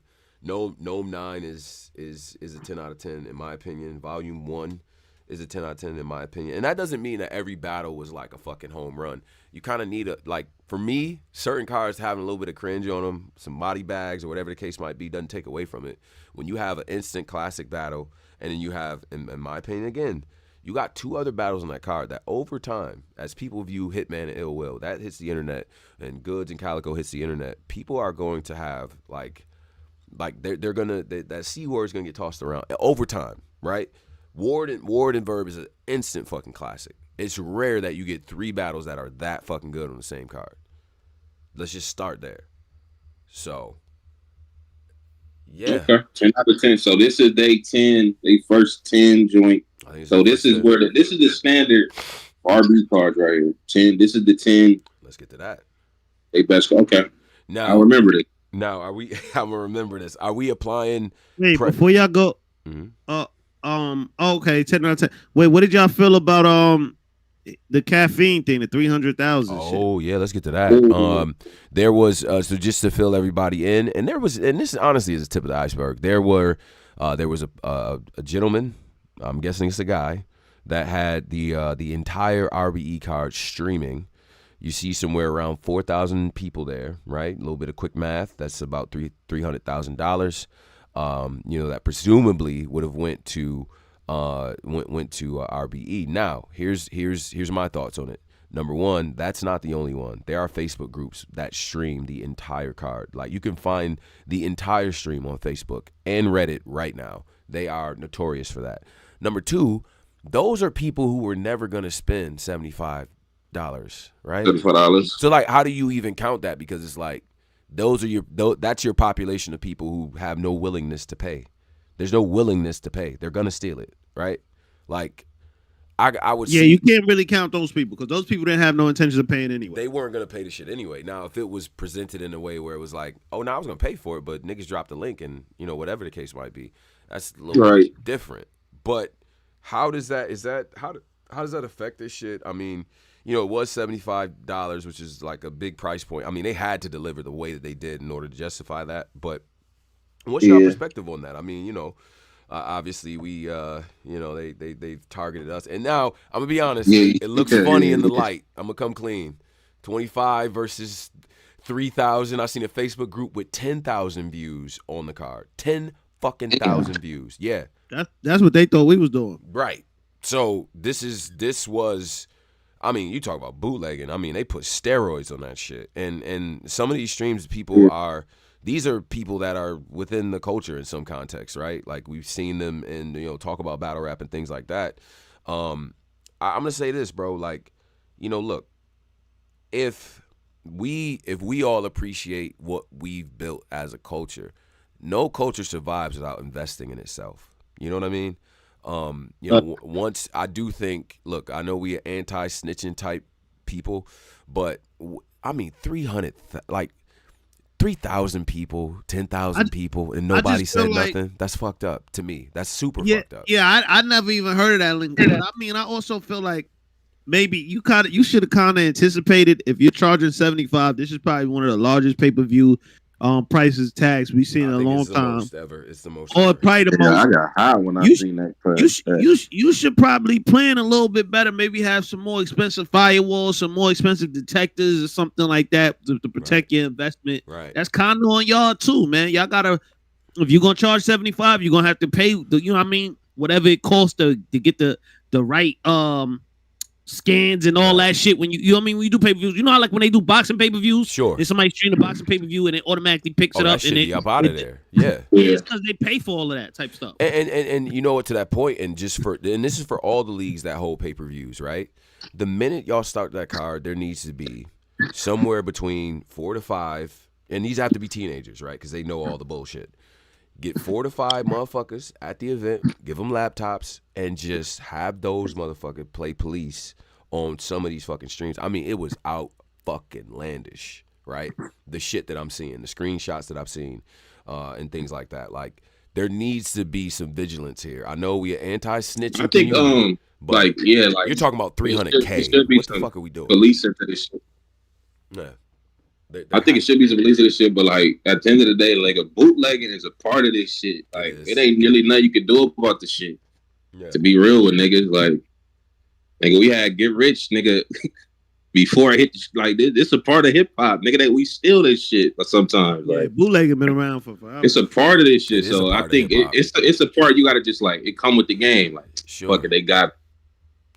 But as we progress as a culture and as a society and stuff, and you look around, like you said, you see the other, whether it's UFC or WWE and things like that, like they have instituted different rules and they've spent the extra money to have watchdogs. Like as soon as you fucking start streaming the fucking WWE WrestleMania, that shit is gone and you're getting a strike and they're gonna fucking call your mama. Like, you know what I mean? They own your ass. Like they need to. We have to institute that, especially if we operating at these price points. Listen, this is still hood culture, bro. Like motherfuckers got 9 to 5s, kids, all types of shit. You're talking about $75 for the event. Now I know you buying food. I know you got some bud. You know what I'm saying? Right. I add all this shit up: bud, food, something to drink. You know what I mean? Something to eat. Right. You talking about a bill? Like, you know what I'm saying? I'm giving you $100 for this experience, type shit. You see what I'm saying? So, is that steep for our culture? I tend to think that it is, but at the same time, you get what you pay for. I think what we saw was. I'm calling it a 10 out of 10 card. And so, that price point is what it is. I wasn't mad. Like, after that, I was like, I'm not mad that I spent the 75. Like, sure. Whatever. It was a good card. So, yeah, straight up. But I did get hot putting that card info in. When you got to that, when you get to that part where I ask you for the 3 numbers on the back of the card, like, it was like yeah, I got highlight. Yeah, I got a shout to Adam, man. We bought it, man. Yeah, we did. So shout out to that. Now let's pivot over to the Riot Cane bearing gifts 2. I didn't even see the Riot card, so I don't really have no input on it. I didn't even get to see it. You didn't see it, Polo? Do you have a chance to watch it? Yeah, I seen it. Okay. First of all, Cola want to chime in real quick. Oh yes. Just let's get Cola up here and things like that. I think he wants to probably talk about the previous subject, which I think he has every right to, because what happened this weekend is what a lot of some people in the culture accuse bro of, and that was not listen, you got 15 of your friends or whatever the fuck, this one thing, but we talking about niggas with 10,000 fucking people watching the stream. Like, it's not the same. So, do one of y'all want to unmute Cola real quick? Yeah, let me see. Yeah, we're gonna get the big speaker. Shout out to Cola holding it down the spaces. BCM Spaces, it was where breaking battle rap news happens. That's the most interaction you're gonna get with some top tier battlers.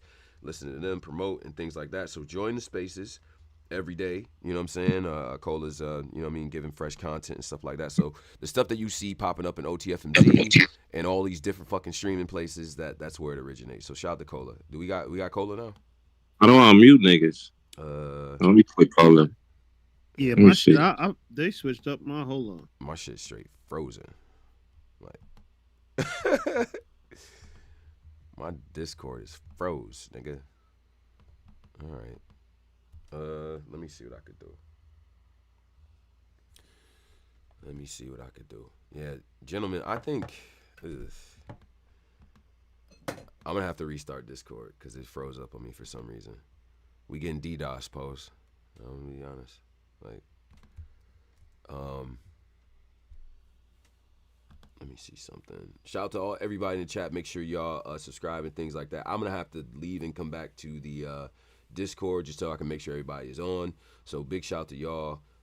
Just bear with us for 1 second. You know what I'm saying? We running the show over here, man. Sometimes that shit get crazy. So let me go ahead and restart my Discord. Y'all still stay in tune and stuff like that, and we definitely want to get y'all perspective. So let me jump back on. You know what I'm saying? And give us your opinion on the whole situation, the bootlegging and stuff. Like, how do you feel about that as a consumer? You know, does it bother you? Are you indifferent to it? That type of stuff. We're going to jump back in and get the perspective of my brother Cola. You know what I'm saying? And shout out to everybody too, man, because like, this is, you know, it's late night and y'all here with us. All right. It's making me try to install updates. This is brutal. Okay, hold on 1 second, y'all. Ooh. All right. Y'all in the chat, the rest of the guys can't actually hear me. So if y'all want to, you might want to inform them that nobody can hear me. Got a couple updates to run through. And things like that. So y'all out of 10s, we want to hear about that. What do y'all think about the bootlegging controversy as well? One guy saying that the issue isn't 75, it's the crazy number of events that have spend on them. Okay. You know what? I get that. I take that point. Is it just too many events? That goes back to us saying maybe you have to space out the events in order to, you know what I mean, make the paying customer okay with like dishing out this money. If I'm spending $8 for the app and then I'm giving y'all the culture price somewhere between 75 and 100 a month, because that's how many big cars we had, like that shit adds up very quick. All right, 1 second. We're almost good here, and I can get back to things, but leave y'all commentary and stuff like that. I'll read some stuff out loud. Said niggas gonna bootleg. It is what it is. Man, that people in the caffeine stream was pre-planned. They told people weeks before, don't buy it, we're gonna bootleg it. Who said that? All right, it looks like I'm starting up here. So, I don't know if it was a concerted effort to do that shit, but I mean, the niggas immediately see the price point and was like, oh nah, this ain't happening. You know what I'm saying? I don't know if it was that. I'm gonna come clean.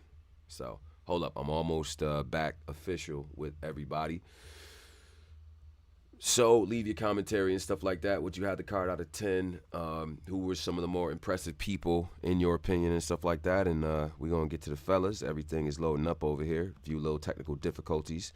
Yeah, I sound like an airline pilot right now. So shout out to y'all.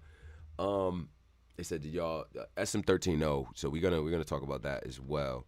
But I feel like I'm missing some commentary from the guys. So give me 1 second here. Discord is loading up.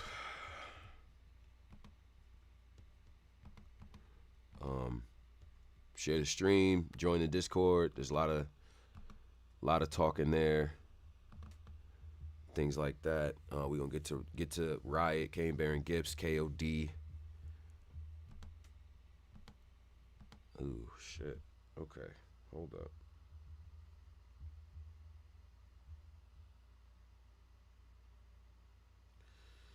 All right, so this shit is acting up on me. I think I might be back though. Big shout out to y'all. Let's see. We spent 200 on kicks, but can't spend 75 on battle rap. Do we spend 200 on kicks? Like, I don't know about that, bro. Like, I tend to think battle rap is more of our demographic is more of a blue collar type of crowd. You know what I'm saying? People just need to support. That's how we grow as a culture. I tend to agree with that, sir. So shout out to that point. Okay. Looks like I'm back with the guys. Let's see if we can get their volume together. Culture's growing. RB was not lit 5 years ago. I disagree with that. Go back to those pay-per-views. Like 5 years ago, that was the Club Drum days, man. They was putting on. Damn, I don't know what's happening to Discord, ladies and gentlemen. So, bear with me.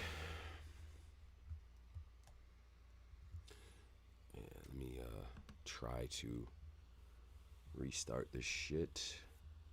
Oh, the guy's gonna be like, "Yo, man, nigga, your computer's fried, nigga. What you was doing over there?" But shout out to y'all. Things like that. You know what I mean? Definitely chime in and stuff like that. So hold up. I'm gonna get it together, y'all. I'm getting it together over here.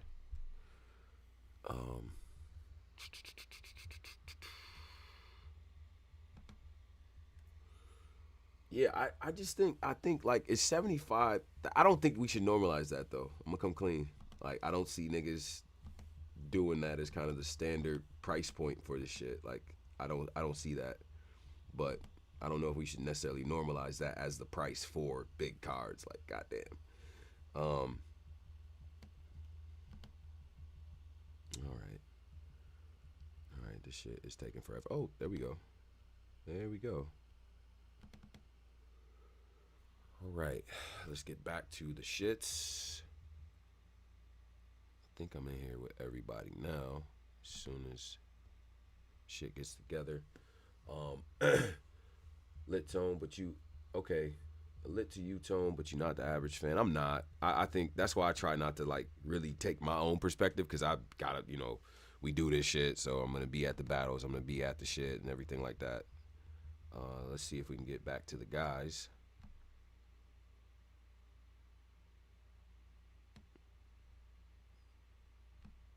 Okay.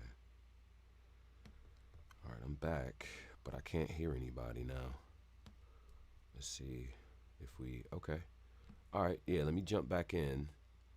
I'm finally good now. All right, we back. In that one of them bags, like he was in a fake. He was like in a struggle bag, but then in one round he got a 100K. He bought himself the career day. Sure.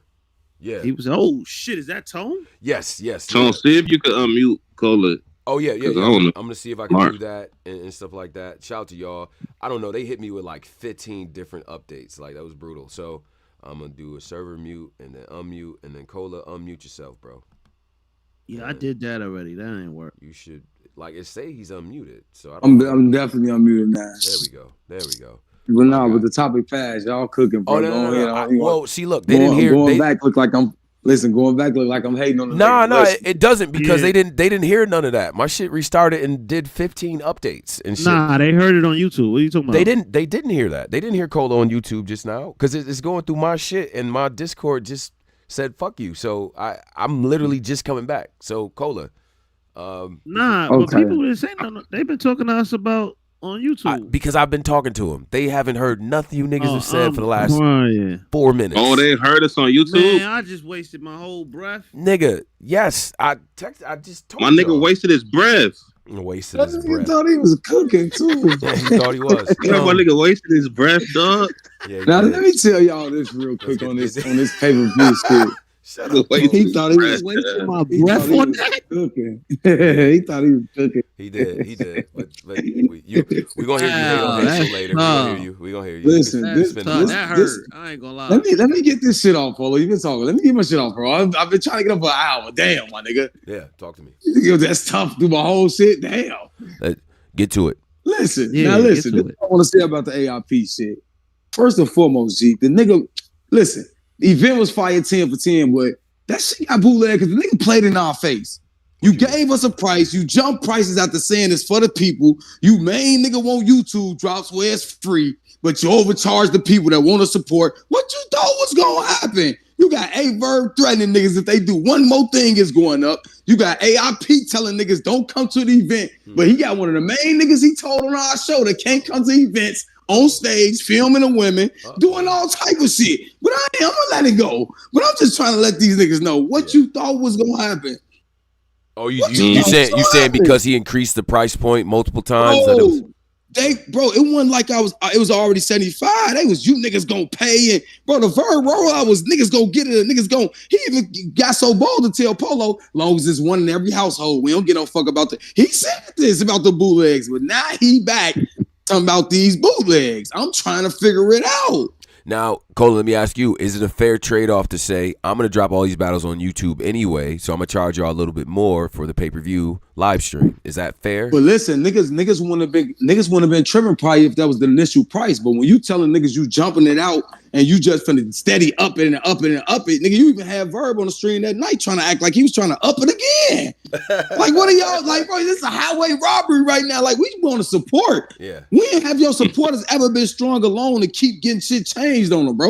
Like, I don't want to get to the store knowing the mic's 225 and I get there, you want some behind the counter 6. Man, hey, you got extra 200. How fuck you mean, dude? I just put a ticket in for these 2 and a quarter with tight. Posey, like, nobody wants the surprise, bro. Right.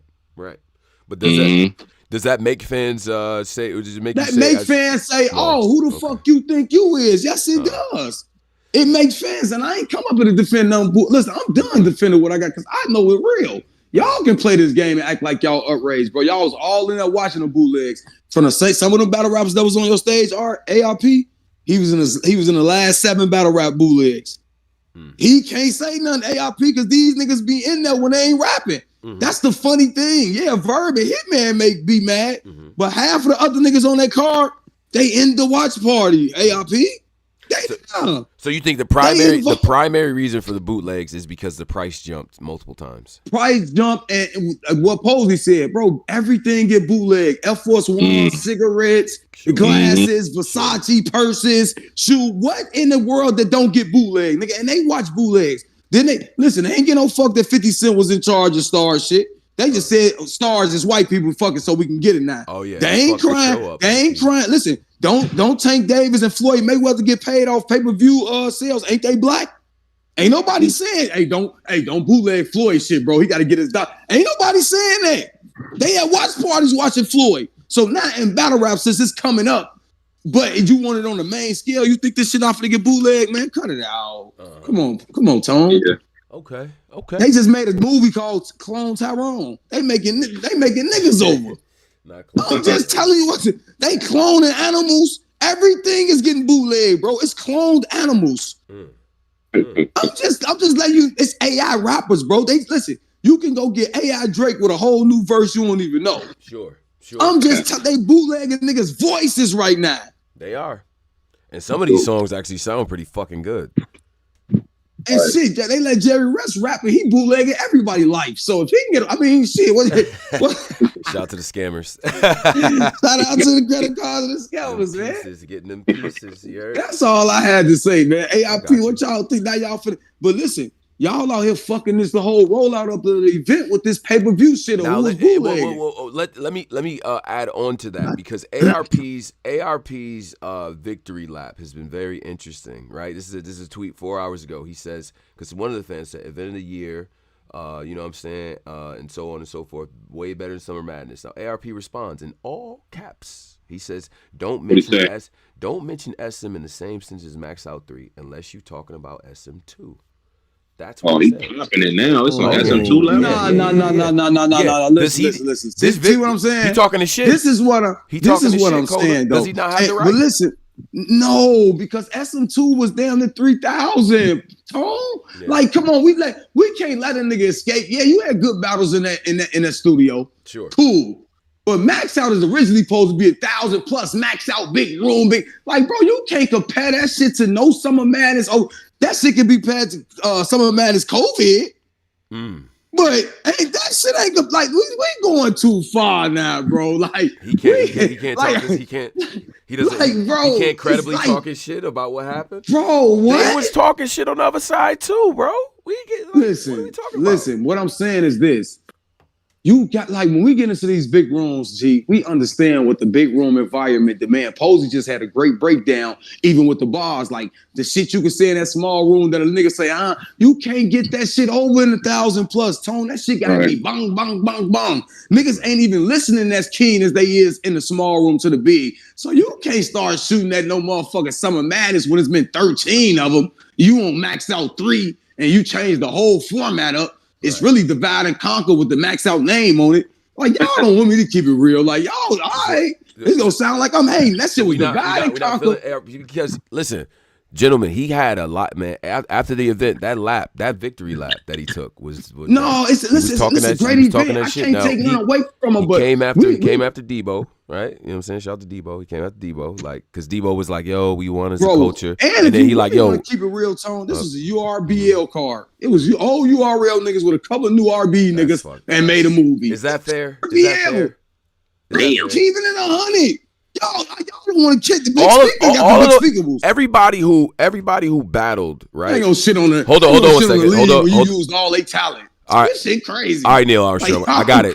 But so we're saying that yeah, Neil Armstrong. Now, but because here's the thing though, you could say that, but everybody except for everybody. Okay, all right, this is cool. All right, so I just want to get to a point. Okay, so. Everybody who appeared on this fucking card, except for Young Ill in the main card, right? They had already done RB battles before. So is that even fair to say that this is a URL card? Because each of those guys got at least 2 to 3 battles on RB prior to this, except Young Ill. Is that even fair to say? And Tone, I can tell you all this. Calico last battle was well. A-Verb last battle was well. It's low key soliciting and loitering. It's low-key panhandling. Yeah, I'm gonna keep it 100. Y'all want to get in this bag. It's not fair. Because the last card, last card A-Verb was on where he caught that fire to get back in the good graces where people really wanted to see him was where? You are real. But again, you're no, I'm not holding on. I'm not holding on. This is a radio show. Okay. So, but I'm gonna say this though. I'm gonna say this. Now, you could say that, but each of these guys, again, except Young Ill, has 3 battles on RBE before, bro. They have 3 to 4 battles on RBE already. So is it even fair to be like, this is an RBE URL card? I'm being objective here. How is that fair? They all got 3 and 4 battles on RBE. Listen, Tone, what was the last battle they was at? That's what be mattering. What I'm saying, okay, bro. Ill Will Hitman, cool, I got you. All well. A-Verb, cut it out. You know what that's just like the Vada Conquer 2. Listen, just like the Vada Conquer 2, nigga. Stop acting like ARP ain't getting none of that murder mook on fire on Geezy Gotti URL steam to come over there to divide and conquer with Big K. Stop it, bro. It be Lord of I don't know what this has to do with the fact that each of these guys, except for Young Ills, had 3 to 4 battles on RB before to this last event. Man, and when the last time A-Ward been on now? Against Reed Dollars this year. Reed Dollars wasn't this year. Or last year. Didn't he? Okay. And then, didn't he have another battle this year? A-Verb been on that? When the last time A-Verb been on that? Sheesh. Why wasn't none of the new brick? Why one of the new bricks that's on fire like Coach and Payne one that's on the niggas the signees? You feel like they should have been on this card? You feel I do agree. I said that last time. They should have been on this card. I'm just asking you these questions. Well, yeah, but you've yet to address the fact that each one of these niggas have done 3 to 4 battles on RB before that. So how is that fair to call it a URL? But battle rap comes with steam and energy. It comes with battle rap comes with momentum. So when you talking momentum, it becomes fair because A-Verb last momentum comes from where? I don't give a fuck. He had 3-4 battles over there. The last 3-4 battles, and out of them 3-4 battles, one girl put a dildo in his face. He lost to the 2 white boys and he beat Mook. Like, fuck out of here. Now, like, so what do the 3 battles mean? Like, what are you talking about? What? That doesn't even make any fucking sense. I'm just telling Nothing you what said happened just to make, man. What does it have to do with the fact that each one of these niggas have had 3 to 4 battles on RBE before this, and they don't even and none of those guys on that top card even consider themselves URL niggas, quote unquote. They like, I go everywhere, Arsenal everywhere, B Magic everywhere, Verb everywhere. Hitman, this nigga does what he wants. Virgo with a shit. They don't consider themselves just URL product, bro. Hitman wouldn't be still talking about URL if he didn't care like that. Stop it. All right. So did niggas would still be saying they want to see any of the on URL if that's the case. Like none of this shit would matter. The main card. Did any of those battles have any motion on URL before they made it over to RBE? Was there a build up on URL for certain battles and they just happen to take place at RBE? Because then I mean, listen. In this right here card, you may be right, but we're not gonna act like they on Lord of Saristic, Math Hall for Sirius Jones. We're talking about this card. Math Hall, I'm just saying they do it a lot. So we're not gonna do that, and we're not gonna act like they caught Mook on fire. Yeah, but where did Mook come on fire from? So I'm just asking. Okay. Irving Plaza, the homecoming, right? The one coming up, right? Sure. That's what he called fire at an ARP said, who do you? Well, A-Verb come out with Suge, volume on URL. ARP said, who do you? Okay. Hitman get mad at him. What he say? Who do you? Cal and Goods just got off URL stage, and it's one of their best battles. Now, Cal and Goods was the one. Now, that had some energy on URL, and that got booked on RBE. That was the one battle. Every other battle, though, those are RBE battles. Bro, ARP, let's keep it on it. ARP keep 2 supposed to happen on URL battles. Let's cut it out. What? Let's get to the real facts. He keep 2. It should have been on URL dynamic cards. I'm gonna put it as my headliners and fill it in. He always lauded and solicit. Y'all don't want to keep it 100. You can't say that with this card, though. You just said that. You can't say that with this card. There's one battle on here.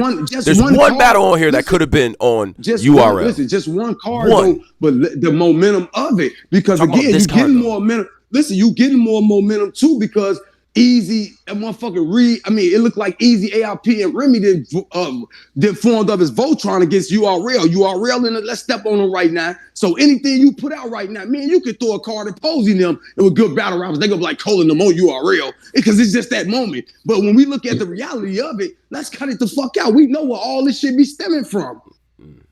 Come on, man, y'all. I disagree in this case. This doesn't factor in because none of them battles. Man, it do factor in. None of them. Well, let me finish. Right, fucking Neil Armstrong over here. Like, let me finish and let me just say, bro. Yeah, that's cool. But let me just say, none of these battles except one could have been a URL battle. Except fucking one. You can't say that in this case. It doesn't work. Well, I tell you this: the one URL battle you saying is the second best battle on the card. I agree. All right, so what we talking about now? Nigga, that doesn't prove. So finish a point. Say a point. Say a point. You just no. Hold on. What is your point with that? What's your point with that? I'm tired of this shit. This ain't space. What was your point? The second best battle on this card. What was your point?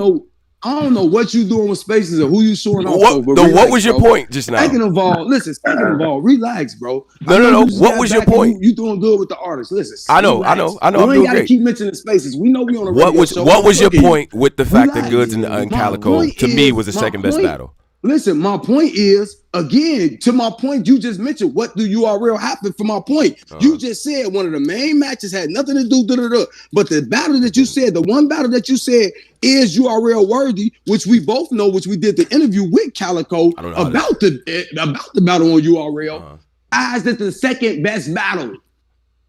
I don't even know if that's relevant. Laudering and soliciting. How is that relevant to this? It's one fucking what battle. What you mean is relevant to the shit? Well, let me explain. There's one battle that could have been a URL battle. One battle, and it's Goods and Calico. Everything else is RBE shit. It was the second best battle on a card. And actually, when Goods and Calico hit on that card, it was a big of a splash than a lot of shit that hit. Niggas like, ooh, Goods and Cal, they made this shit. Could you see Young Ill and Big K happening on URL? Let's just go through the battles. This is some bullshit. Because Big K don't come with 130 and Big K URL. A Ward and Verb.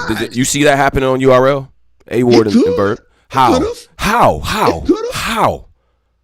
It could have, bro. No, it has couldn't always have. been open. Now Listen, A-Ward has always been open to work with URL. It's just been a money, Tony. Like he said, he's not going there. He's in contract where he can't go nowhere. So what you mean? I love you, but you wildin'. A-Ward hasn't been on URL at all. So you think his first matchup could have been Verb on URL? No, but it's not. But listen, it's not because he don't want. You never know. Oh my Who are you? You're not Mr. Cleo. Bro. I'm a nigga that watched A-Ward not battle on URL for years. He hasn't even battled. But you don't. So you think Verb and A-Ward could have happened on URL? You don't know what could happen, bro. Oh, okay. All right. You ain't think AIP could book as many matches as he put. He got him, right? What about Hitman Ill Will? Could Hitman and Ill Will been booked on URL? Could Hitman versus Ill Will be booked on URL? Not right at this moment. No, not that battle. Because Hitman and his feelings about something, Ill Will just ain't got the business right. Right. But that don't got nothing to do with A-Ward and A-Ward. A-Ward gonna go wherever the money right, and A-Ward want his money right. So that ain't got nothing to do with whatever you talking about. Yes, it does. These are all RBE battles except one. You could pretend like you don't know what I'm talking about. These niggas do. Listen, all of these battles could have took place on where the fuck they took place at. Yeah, let's get to that. Put the battle side by side, nigga, and let's talk about it, nigga. Against what? Side by side to what? Summer Madness 13. Let's get to it, nigga. Okay. There's no that. All right. So I would say the top 3 battles at. Okay, let's do this. All right, Av versus Rock. How many? What? Av versus Rock. What? Okay, well, nigga, let me get to it. Relax. So Av versus Rock. Was that better? Was that better than? I just want to ask my question. I just want to.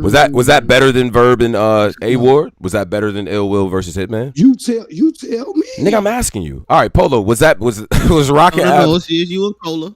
No, because he doesn't want to answer the question because he knows that, like, all right, so was that a better battle? Was Av and Rock better than Hitman versus Ill Will? Let's get to that.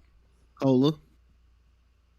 Ooh. Oh, he don't want to answer because it don't fit the narrative. You gotta answer though. We watched the battle. Was Rock and Av one of those? All right, Cola. Was Rock and Av one of those? Tell me not. Like you ain't gotta. Was Rock and Av one of those? The question. It's a yes or no. Listen, because again, I got Rock and I got definitely. Listen, you got Cal and Goods, the second best battle on the card. Rock and Av is definitely better than Cal and Goods, nigga. Rock and Av is better than Cal. Av is definitely better than Cal and Goods. Your second best battle. All right, Hitman somehow Vada and them had him losing. So across that battle, listen.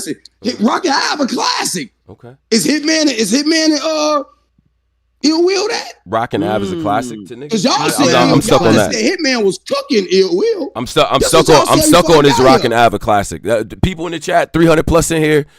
Is Rock and Av a classic to you? Let's just start there. Let's just start there, bro. You can just start. You know that battle no goddamn classic. That battle's no classic, man. Bars. What? You know these niggas. That battle's a classic where, bro? Hey, Polo. Hey, Polo, you know anything in the chat with the big speaker they going against. You know these niggas don't. You know how these niggas. All we trying to do is compare the battle. So you saying Rock and Av was better than Hitman and Ill Will? Rock and Av is still better than Hitman and Ill Will. It's better than, okay. All right, that's cool. Let's keep running down. I don't necessarily disagree. I'm just asking the question. You said compare them. Let's do it. No, you gotta disagree. If we say Big K, question. How do you feel? Right, don't miss it. God how damn do you feel about the battle? Listen, I'm not answering your question. I'm gonna just move on. So Rock and Av, is that better? Is that better than Big K and Young Ill? Was that better than Big? I think it is too. But yeah, okay. So what about so we saying it's better than most of that? Man, we saying it's better than every single battle that was on that main. Rock and Av was better than the 4 battles on the main card. No, it wasn't. It wasn't better than Goods versus Calico. It wasn't better than A-Ward versus Aver. Rock and Av wasn't better than Rock and Av wasn't better than Goods and Cal. Nah, I don't think so. I could be bugging. Let me know if I'm bugging, y'all. Oh nah, they said hell nah, I wasn't. Man, B Magic came out with 90-second rounds. Y'all talk about better. Y'all niggas be killing me. Yeah, that's it. Nigga, come on, Arsenal B Magic. Y'all gonna cry. Y'all niggas be killing me, boy. I'm telling y'all. Y'all niggas is for the moment ass niggas, man. Nope. Y'all niggas be killing me, bro. Damn, everybody got Rock and Av. Everybody got Goods. Everybody got Goods and Cal over Rock and Av battle. And mind you, that's why Cal's still running around Twitter trying to win. Yeah, because the battle was that good. That's why he's still running around trying to win a battle 3 days later that y'all saying a classic because he getting reviews that is a classic. No fucking way.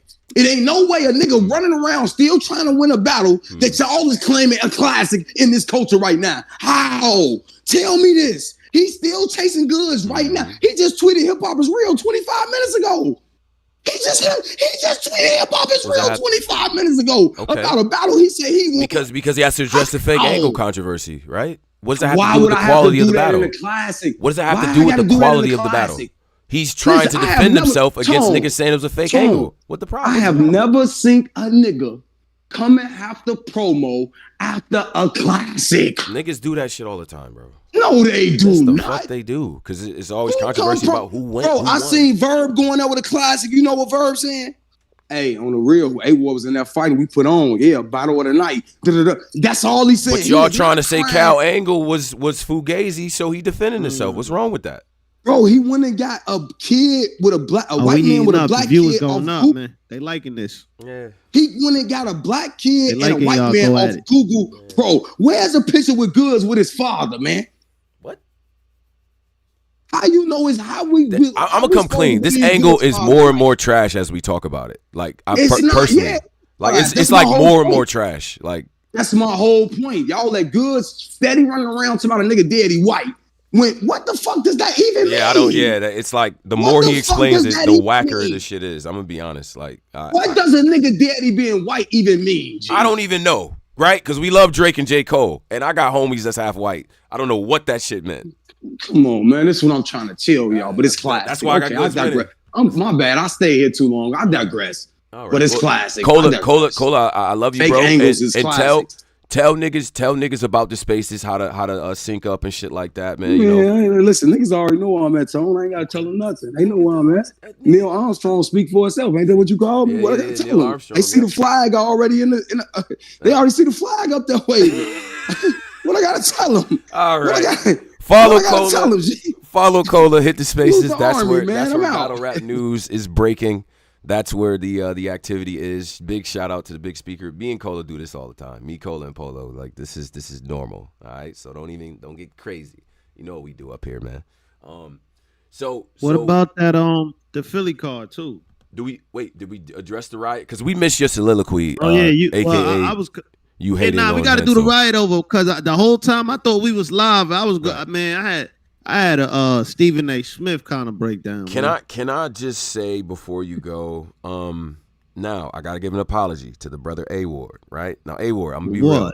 I fuck with you, but I was clowning the fuck out of you when you battled Rum Nitty and you told all them nice, shapely black women to leave the venue because beliefs and such. Right, but in hindsight, I get why he did it.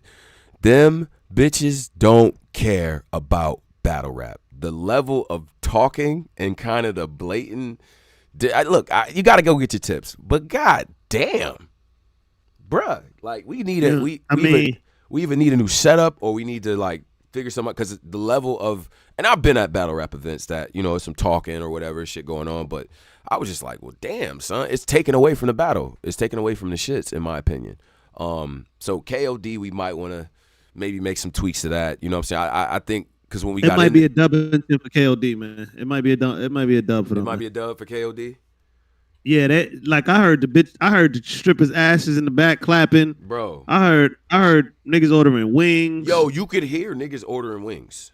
Like you could hear it. It was over for that. And man. Also shout out to Calico for taking the last 15 piece of wing. Like I was tight. Like they got a plate of fries. Like shout out to Cal. Man, but the WOTY's cleaned up, man. Yeah, man. Let's get to that. I'm gonna have to apologize to the ladies. My prediction was y'all ain't gonna get 3 rounds between y'all, and I'll be damned if they didn't come out. Yeah, but the women take this shit more serious than the men. So like whenever I bet on the women going against, if you notice a lot of the time the women usually win the head to head whenever they on a competition with the men or something like that. They take this shit more serious. Sure. I knew Vixen was gonna get in there and go crazy. Chilla Jones was in the strip club with the undercover cop swag, Jersey in the club, nasty work. But Vixen was wilding on him, cooking him up, clapped the ass a bunch of times. She's starting to use her ass for the powers. Listen, she's listening. I'm telling you, these battlers be listening to everything I say. Everything. I'm oatmeal. telling You ever leave oatmeal on the stove and try to stir it the next day? Take it easy there, Tiger. Also, let's get to this. The boss. Yeah, you ain't low, nigga. Yeah, I'm gonna include you in this. The boss, you had the longest V-neck in history. I'm not gonna lie. I'm not gonna lie, the boss. You had the custom section U-neck, nigga. Like, nigga, you had the last V-neck in the aisle. Like, I couldn't tell if she wanted to risk it all in that moment, or if she was just like, you know what, I'm gonna no sell it. You know what I mean? Either way. Nah, she was there straight. She was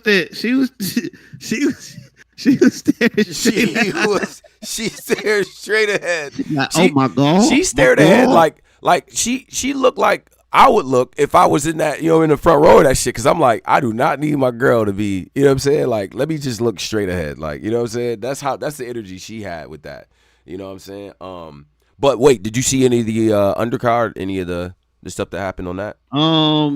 I seen the Hansel battle. I mean, I wasn't really as impressed as y'all. I think y'all was just happy y'all was able to hear a battle. That battle was incredible, bro. I think y'all was just happy y'all was able to hear a battle. Able to hear. Damn, why you doing us like that? No, I'm just saying, because on the stream, like, you know, there was a lot going on. Sure. So, I mean, it was cool. It was a cool battle. I gave it to Eunice, but I don't know the judges. So I'm gonna say, okay, the undercard, right? So Severe really cooked Black Aladdin. Shout out to Black Aladdin, but that was tough. So Severe was talking that shit to you. Shastafa versus the Spot. I got Shastafa winning that. Shout out Chicago. Spot, I don't know, bro. I don't know. Like, he be saying shit, but it just wasn't connecting. I think both of them kind of got tripped up a little bit with the volume in the back. Justice versus D.I. the Henny Man. Actually enjoyed the battle. I got D.I. winning the battle. You know what I'm saying? I thought he was dope. I think the standout from the undercard was my nigga, Eli the Mayor, bro. Eli the Mayor be talking. Oh yeah, nah, he went crazy too against Top Floor Loot. I shout the Top Floor Loot. It seemed like your energy meter toward the end. I'm like, bro, just end the round. Like, you sweating. You know what I'm saying? Like, shit, just Rock trying to give you the Tay-Rock, you know, ad-libs, but it's not even working. You know what I mean? Because you ain't really consistent with it. Li was just talking that shit to him, man. His delivery is fucking cold. So, big shout to that. Eunice and Appa. Eunice and Hansel. You had perspective on this, right? Now, these are two young guys that are on URL. You know what I mean? Crucible type of process and stuff like that. And they up and coming. So the battle actually means something. What was your take on Hansel's work here? I was kind of saying that, like, if you're gonna have a struggle round, nigga, you can't the round before tell me how you made 100K, took yourself to career day. You can't kind of be in that pocket, then in the next round be in a struggle. I never had it J. Cole bag. Like, you can't go from Rick Ross to J. Cole like that. Okay. So I definitely had to that's why, you know me, listen, man, I'm a bar guy, man. I listen to shit a lot different than a lot of people. I'm realizing that as more and more go by. So you taking off points because you feel like he contradicted himself. Of course, man. Okay. You ain't paying attention to your raps. Okay. I got you. I think Eunice is an absolutely incredible puncher and writer. Like, he is creative as shit. The pockets, the cadences is dope. There needs to be a little bit more added to the delivery. Maybe, you know what I'm saying? Like, just certain shit. Because I feel like he be saying shit in the setup that is like, bro, they would have went crazy if you would have just either slowed that motherfucker down or really, like, you know what I mean, projected a little different. I thought Hansel controlled the room. Even in the room with all of that fucking talking, they were, you know what I mean, they were in tune with what Hansel was saying. It's a close battle in my opinion. I got Hansel winning. You know what I'm saying? Just on the, you know what I mean, the content. I like what he was saying and shit. And then there were judges in the building for that. So shout out to Real Deal, shout out to Marv, shout out to A-Ward that judged that battle. And, you know, I think they had Hansel winning, I believe. So I thought that was dope, man. I thought that was a really fucking good battle. Now let's get to the Cody and WOTY situations, bro. Let's get to that. Chilla Jones and Vixen. Man, this was difficult to watch in the build. These are two people, like, Vixen does project, Chilla Jones does not. So there were times where I was kind of jockeying for position to hear and see what was going on. But, you know, on the watch back, man, damn. Really? Wait, what happened? Like, I'm like, damn, Chilla, what are we doing, bro? Like, first of all, the battle wasn't that. I thought this battle would be better than that. But I definitely had Vixen winning. I just was like, man, like I thought that in my head that was a different battle than what it actually turned out to be. So, what do you think about Chilla Jones in that battle? I mean, I thought he was Thraka. Yeah, I didn't like the battle overall, low key. No, I mean, I thought Vixen was good. Posey she was cool. She had more, obviously she's a little bit more charisma and stuff like that. Chilla has a hell of a pen.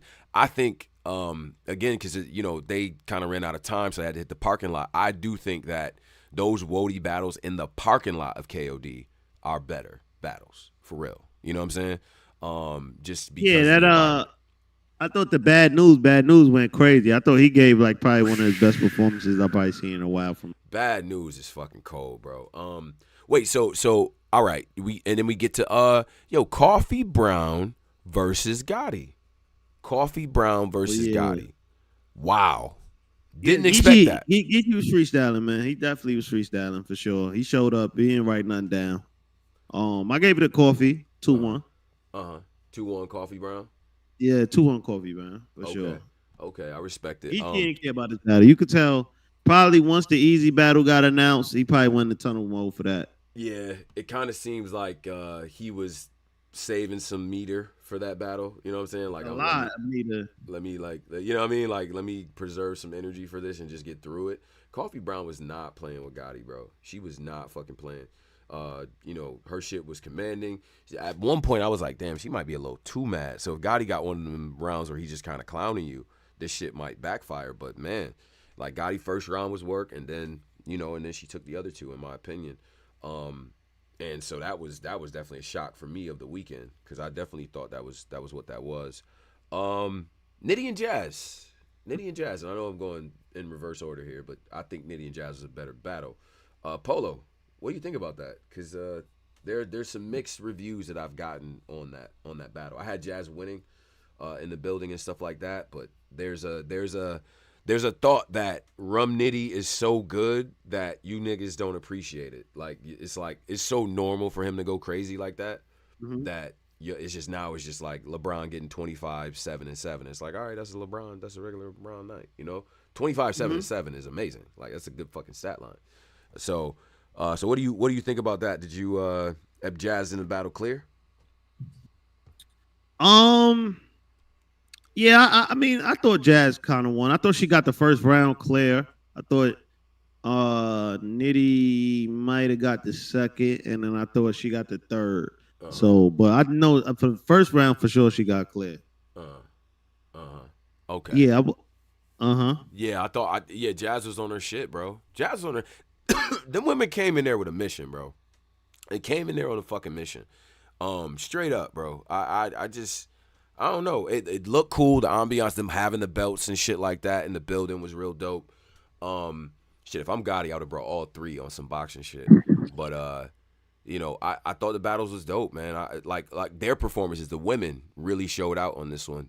But is there a sense of like, okay, y'all got over, but y'all didn't get the best version of them, so we not going to give it the same like clout as we normally would? Like, is that what we doing with these battles? Like, it was like, all right, they just going through the motions type shit. So whatever. Like, is that the feeling y'all got on this shit, or do we count it like how we count everything else? What you mean? Like exactly? Because it's like it almost is like, all right. I was hearing people say, okay, Jazz won, but Nitty was on 75%. Okay, Coffee won. Still won though.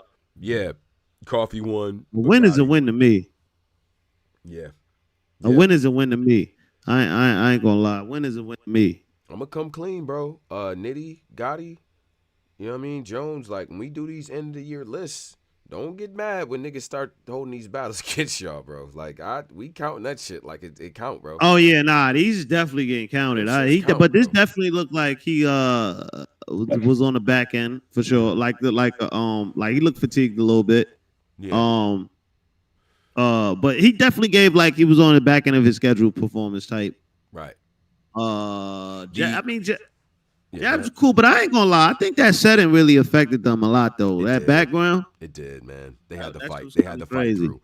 They had to really, really fight through some, and then like it was just tough to see at times, and then we weren't using the microphones either. That was the other thing. So, you know. And I think with Nitty and Ward, we got like they actually used the mics and shit like that, so it was different. The best battle, no mics, bro, no fucking mics, bro, no mics. I was like, yo, I was trying to start a chant and shit, like. Turn it up. Like, I don't know. That shit wasn't working. Like, niggas like, nah, you just gotta come closer. I'm like, nigga, what the fuck? So, battle of that card, though, was Wise and Bad News. Them niggas went crazy, you fucked with that battle. Did you get a chance to watch that? It's on YouTube right now for everybody. Yeah, I seen that. I fucked with that battle. Yo, Bad News is a funny nigga. Like, when he came up, bro, like, you gotta understand. So, me and Riggs and Def is getting out the whip, right? As we getting out the whip, parking with the valet shit, we see a car like speeding down the parking lot. It's Bad News, rapping some extra street shit. Like, nigga got shot in the thing, and I did this in jail. And shot out. I put 3 in some check. Out.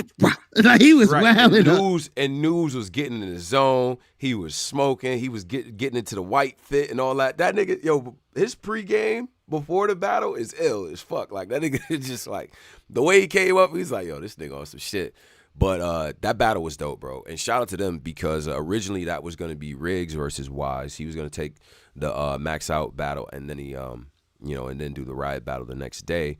But he's like, all right, I'm just focused on Max Out. So Bad News only had about 10 to 15 days to write his shit. So get that type of performance. That was dope. Now, do we want to get to Kissgate? Shout out to Capo. Blue Cocaine. Kissgate. Yeah. Oh, I did see that. Kissgate. I did see that. Uh-huh. That's when my nigga grabbed old girl and now this is in response to her, grabbing him in certain areas, right? Now is that fur? Is that fur? Is that she grabbed him? Yeah. And then he kissed her. She grabbed him twice.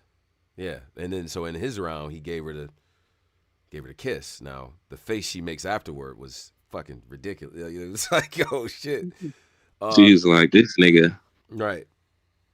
It was uncomfortable to watch, but I'm glad I got the full context that he touched, that they was playing like that in the battle. Like, they was doing that type of shit. Yeah. Because at first I just seen the kiss part. I didn't even see that. I didn't even know about the other part of the shit. I'm going to come clean, Capo. She Blue Cocaine got you. She beat you. She beat you. Yeah. She did. Last time I heard, before this Blue Cocaine in Spaces, I think she battled Elijah Straight, and she was talking to Straight. Like, she was wild. That shit is still up there, recorded in the Spaces shit, so on Twitter and all that. So she can rap when she's on her shit. So she was talking to him. I thought she won the battle, but I like Capo's energy. I think he got a lot of charisma, a lot of potential and shit like that. And the fact is, like, she like carrying it like a G. Like, yo, I you know what I mean? I violated first, so I can't tell a nigga how to respond. You know what I mean? And then she cut out the fake outrage. Like, I seen my man Diz try to glom onto that to distract us from what happened. She said, "Oh no, like this ain't that, bro. Like, don't try to fake outrage on this one." So she kind of carried that shit like a G. I respect her for that. Yeah. Niggas like, damn, why he ain't just grab her butt? I'm like, well. You can't really that's just as bad, man. Yeah, come on, man. Yeah, that's just it's just. But he said in Spaces that they planned that. But I mean, I ain't gonna lie. If they planned that, you probably should have had her plan to make a better face afterwards. Yeah, the way she. I don't know, and then she looked back at what's her name. He kissed he kissed me. Remember when that had me feeling uncomfortable? Like, damn, my nigga did bad. Remember when Madonna kissed Drake and that nigga was like, "Whoa!" Like he was about to throw up. Like, yeah, my nigga Drake didn't know what was happening. Right.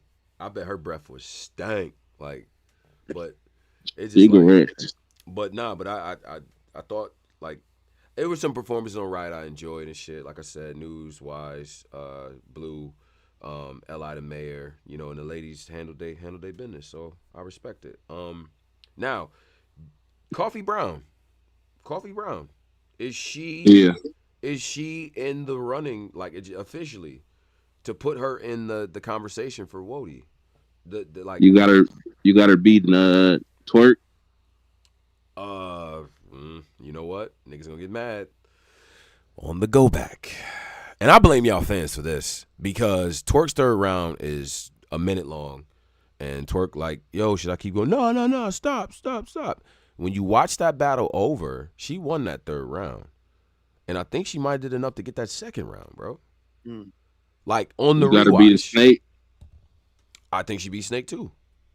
I think she beat and Snake. And then you got her beating Geechee. And I got her beating Gotti. Yeah. Yes. Twerk, Snake, Gotti. That's it is what it is. I think she got a case, bro. I think she's. I don't know what her schedule looks like for the rest of the year. I mean, to me, Jazz is the front runner. Jazz and Hustle. But I think Coffee has a case. This is my opinion. What do y'all think? Nah, I'm with that. I'm with Coffee. I'm trying to think who else wilder. Coffee and Hustle is definitely the front runner. Nah, Jazz this year, nah. Jazz ain't got it this year? What Hustle got? This Hustle. Rock. Hustle been my verse. She been battled a lot this Hustle, my verse. Capo, you got to stop losing to like good looking women. Like I don't know if you got like a I don't know if you got it's like a thing for you, but like yeah, she beat Capo too. What else did Hustle do this year? Hustle and She was last year, so was Hustle and JC. Damn, is Coffee Brown the front runner for WOTY? Hey, I got Coffee. Got wild shit on her, right? Hold on. Yeah, we need to get to this because I think Hustle and She. That was last year. And Hustle and JC, was that last year? Yeah, that was last year, bro. Yeah. She got that was in the beginning of this year, I thought. Nah, them shits was. No, that was last year. I was like, no, she battled. Okay, so she battled my verse, correct? Yep. She battled. She battled. Did she battle on the 2-on-2 also? She did the 2-on-2 with Danny. 2-on-2 with Danny. A little bit of who did she battled? Tay Rock. Yeah. Who she battled before that? I feel like she battled somebody else before my verse. That's not okay. Let me see.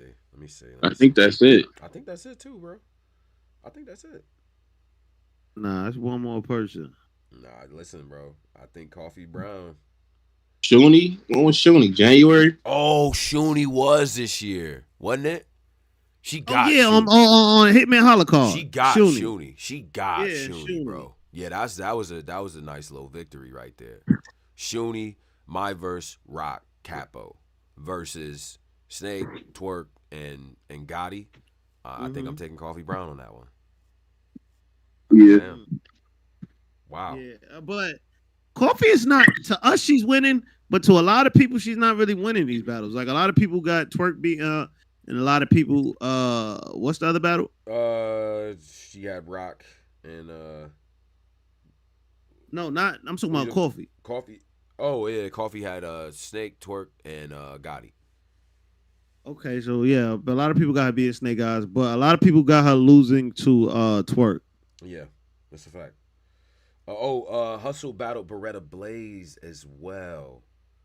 Yeah, who's that at? That was in Houston. It was the one. Houston. Who won? We might have to revisit Hustle. That one. I think Hustle won it, but I need to revisit that because No, Hustle. I thought Hustle bodied her. Was that a body? Was that she clipped her? I don't remember. I thought it was a 1-rounder. Yeah, it was a 1-rounder. I know that, but. And then the 2-on-2, so yeah. But the 2-on-2 they lost though because of Danny. They did, and it wasn't great either. Yeah, the battle never dropped. They said it was.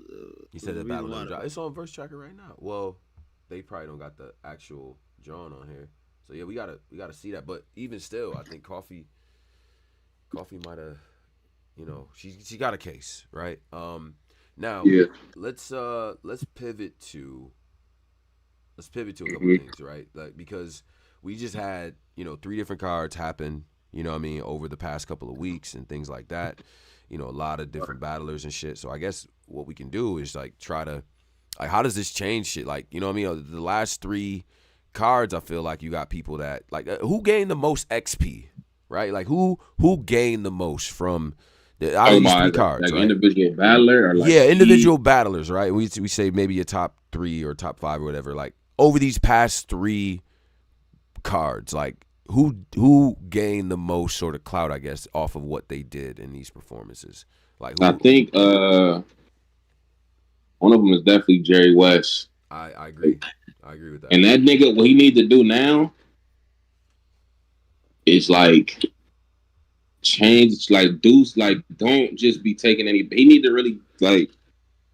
Because one false move, nigga, we're not going to care no more. So right now that he beat DNL Summer Madness, he got to really take the proper steps to make us stay invested in what he got going on.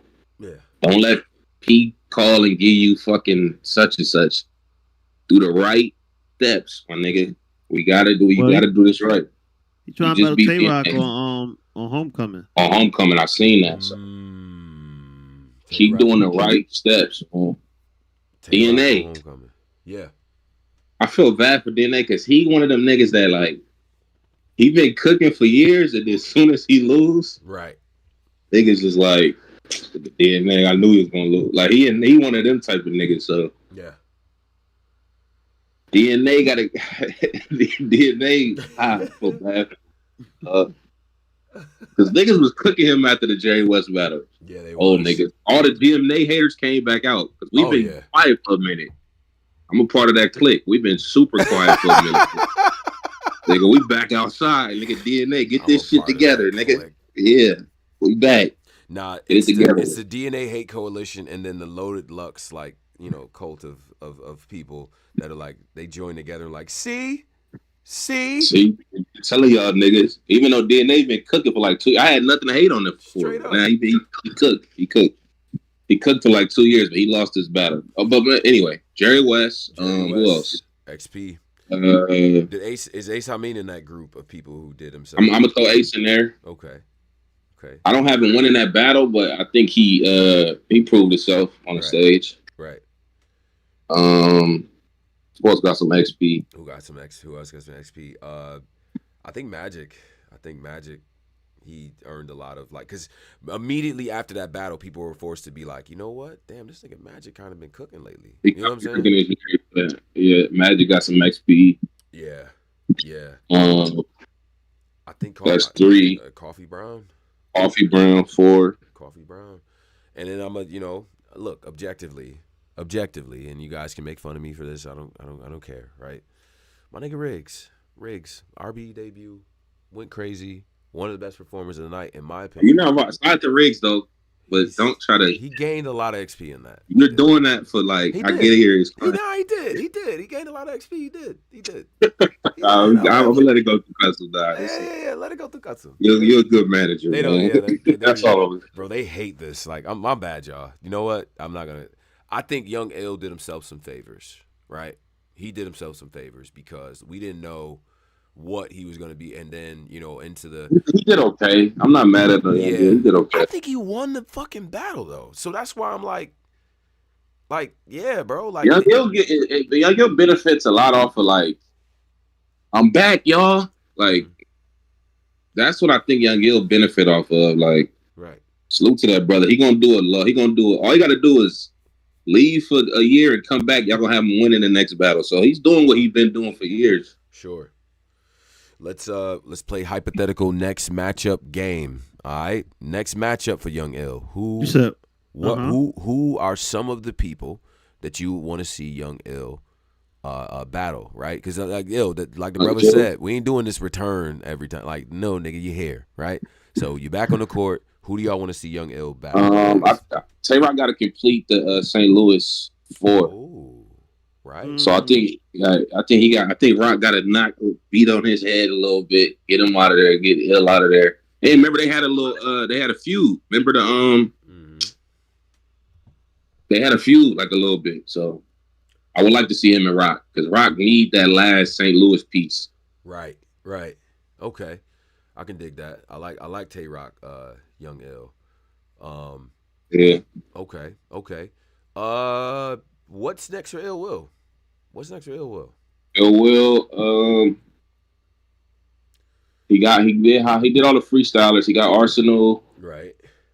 He got DNA. I mean, Arsenal not a freestyler. But he got DNA. He got Hollow. Yeah, he got Is Verb the next logical battle? Yeah, he got to see Verb. Yeah, I think so. That's an old feud too. That's like a 10-year-old feud. I remember Verb used to come on Battle Up Arena popping it on Ill Will. Like, yeah, that nigga we lined up with Swave and them. He went against us. Right. He went with Swave and them. I don't know if y'all remember that promo that Verb cut. Mm-hmm. So yeah, they got to do that. I like that. Would you want to see that right after this? Yeah, this Hitman battle, you don't think the Hitman, like him back to back with a STL, like you don't think he should have somebody different in between that? Like let them build up a little bit. Ill Will, who could it be though? Ill Will. Yeah, he got Big P. Damn near ran through the whole RBE lineup. I see people saying Mook, Ill Will versus Mook. Yeah, Mook. Yeah, I would like to see him versus Mook. Very interesting. Mook. It ain't really nothing there. Y'all want to see him in Mook? I mean, yeah, that's another L. Like he got a lot of L's set up. You got L set up. What are you talking about? You think he's dying to move? You're saying that Ill Will is he's gonna. I don't think it's an L. I just don't think it's a good matchup. Okay. I don't know. Ill Will battled the entire RBE. Like he battled Rosenberg. He battled Show Off. He battled all them niggas. Yeah. I mean, do you spin back for rematches? I don't know about that, but okay. What about Goods? Who do y'all want to see Goods battle next? Feud is brewing, him and Big K. I seen a Goods vlog today that they're trying to get that. I like that battle a lot. Yeah. I like that. Yeah, so Goods, Big K. Yeah. And that's I don't know what else with Goods. But him and Big K is a new feud, so I ain't mad at that. Ace Amin. Who are we lining Ace Amin up? Salute to Verb, because Verb got checks out here. Yeah, he got checks just wait. I'm about to say, like, we could pretty much say Verb for like most of these. This is crazy. That's one thing he can't. Hater love that nigga, like, because he gets annoying sometimes. Nigga got bags waiting, like, everywhere. You want to go URL? He got bags over there. He got bags on. But Ace, I don't know. I guess the Verb thing, because that's like a new feud, but I'd rather see Verb and Swamp first. Niggas saying Ace and Cal, ain't they boys, like, or some shit? Like, they cool as Oh, yeah, Ace and Cal. Nah, remember, they got a little thing. Oh, they do got a thing. They got a thing. Ace and Cal. Yeah. Ace and Suge. Do we like that one? Yeah, Ace and Suge is nice. I like that one. Ace and Suge. Yeah, I'll take it. Y'all just want to see them niggas pocket checking and bumping, huh? That's gonna be a petty battle. We're gonna book the security guy for that battle, and we're gonna see what he does, because them two niggas, those are two niggas that will crash out. Like, hey, Fonz. I think Fonz is sick, and Fonz versus Sick is ready. In my opinion, I think Real Sick is. Fonz is Sick. Yeah, didn't they already battle? But yeah, did they? I don't know. I don't think they did. Oh, I thought they. I don't know. In my brain, they battled. Okay. I don't think they did. Because they wasn't on the same. They wasn't on the same bracket in the UM shit. Sick was on the other side. Niggas saying Fonz and Twerk. Fonz and Twerk. Fonz versus Twerk. I'm with that, to be honest. I like that. I like that battle. I want to see Fonz go up against more of the big performers to see how he stacks up. You know what I mean? Yeah, he got to show us something. I like his shit that he just. Who did he just battle? Suge. He got the dub, but yeah, I gotta see something else, man. They said Fonz and Real Sick definitely battle. Okay, cool. They said Mook and Arse in the blue room. It's time. It's time. Closure. Like that's closure shit. Closure. Like that's I don't know, man. I think that battle got too personal. Yeah, it's too much, man. I don't know. Wait, Mook and Arse is super personal? That nigga, Arse really went after his mom in a very cringy way in Houston that time, bro. I didn't like that shit. I ain't gonna front. Maybe just because I'm older or whatever the fuck. When niggas get like too overly like, you know what I mean, saying shit to where it's like, nigga, like, bro, like what the fuck? Yeah, I don't know. That shit cringes me out. You know what I'm saying? So, but there is history there. People like grudge matches, so to speak. I don't know. I don't know about that. Okay. Who do y'all think Jazz next opponent? Hustle rematch. Ooh, that's ready? Jazz versus Hustle rematch is ready? That's what Hustle want. I see Hustle talking about the shit, so I ain't mad at it. Why do they keep saying Jazz is ducking Yoshi? Jazz ducking Yoshi. Yeah, like she trying to Euro step the blue cocaine, I guess. That was. I mean, Yoshi gotta kind of win a bet. Like I think that Yoshi 40 battle ended disgusting. So that was terrible. Yeah, that might have ruined like her jazz. Definitely. Jazz is a prestige kind of rapper. Like she like to build up to be nice and all that. Yeah. So definitely. Okay. And then I see the energy behind QB and E Hart. Like that shit's getting disrespectful very quickly. Oh, they call it Uncle Hart. Uncle Hart. Like I don't. You know what I'm saying? Violent. I said, yeah. Jesus, y'all two of my favorite in this, especially in the women's bracket. Like, God damn, but I think that battle's ready. And by the way, I got a narrative though about a young man out of California. Mm-hmm. A sand nigga. We gotta get to him. Oh, we gotta get. Oh, we never broke down the sand nigga shit. Right? Nah. A sand nigga, but I have a narrative about this. All right, so. You about to say some bullshit? Let me put on my glasses. Diz versus Cassidy. Where was Diz versus Cassidy at? That was in California, right? But then okay. Let's check that off. I got the checklist right here. Yep, they moved it from the big stage to a garage. All the homies was in there. Shout out to the homies. They was all. Yeah. Mm-hmm. Okay, let's go. Let's check that off. Diz versus Cannabis. Where was that at? I think that also was in the West. That either was in the West or in Canada. One or two. That was in the West. Yeah. That was in LA. Let's check that off. Right. Diz versus Averb. That was in Oakland. Yes, it was. Let's check that off. Mm-hmm. Man, okay. Bird was talking to Diz. Jesus. Yeah. Yeah, he was. That was one of his best performances.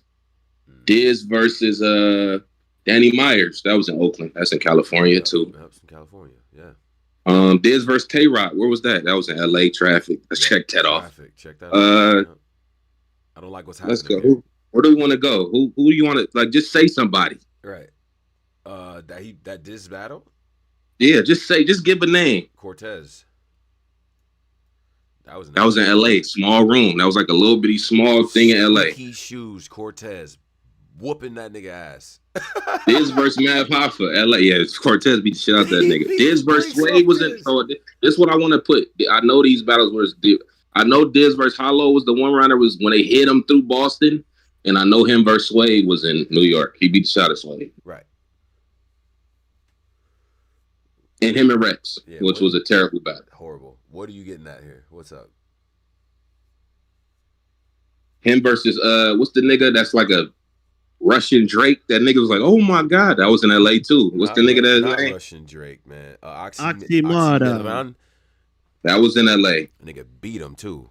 Pause. Okay, so we're putting this together, add this together. So we're going 85% of his resume is in LA or in Canada. Sure. We know Canada don't boo niggas or make it hard for. Let's just be real. Salute to them brothers. It's a fact. It's no pressure over there. Sorry. Yep. It's a fact. Okay, so let's do this. New York, how was he?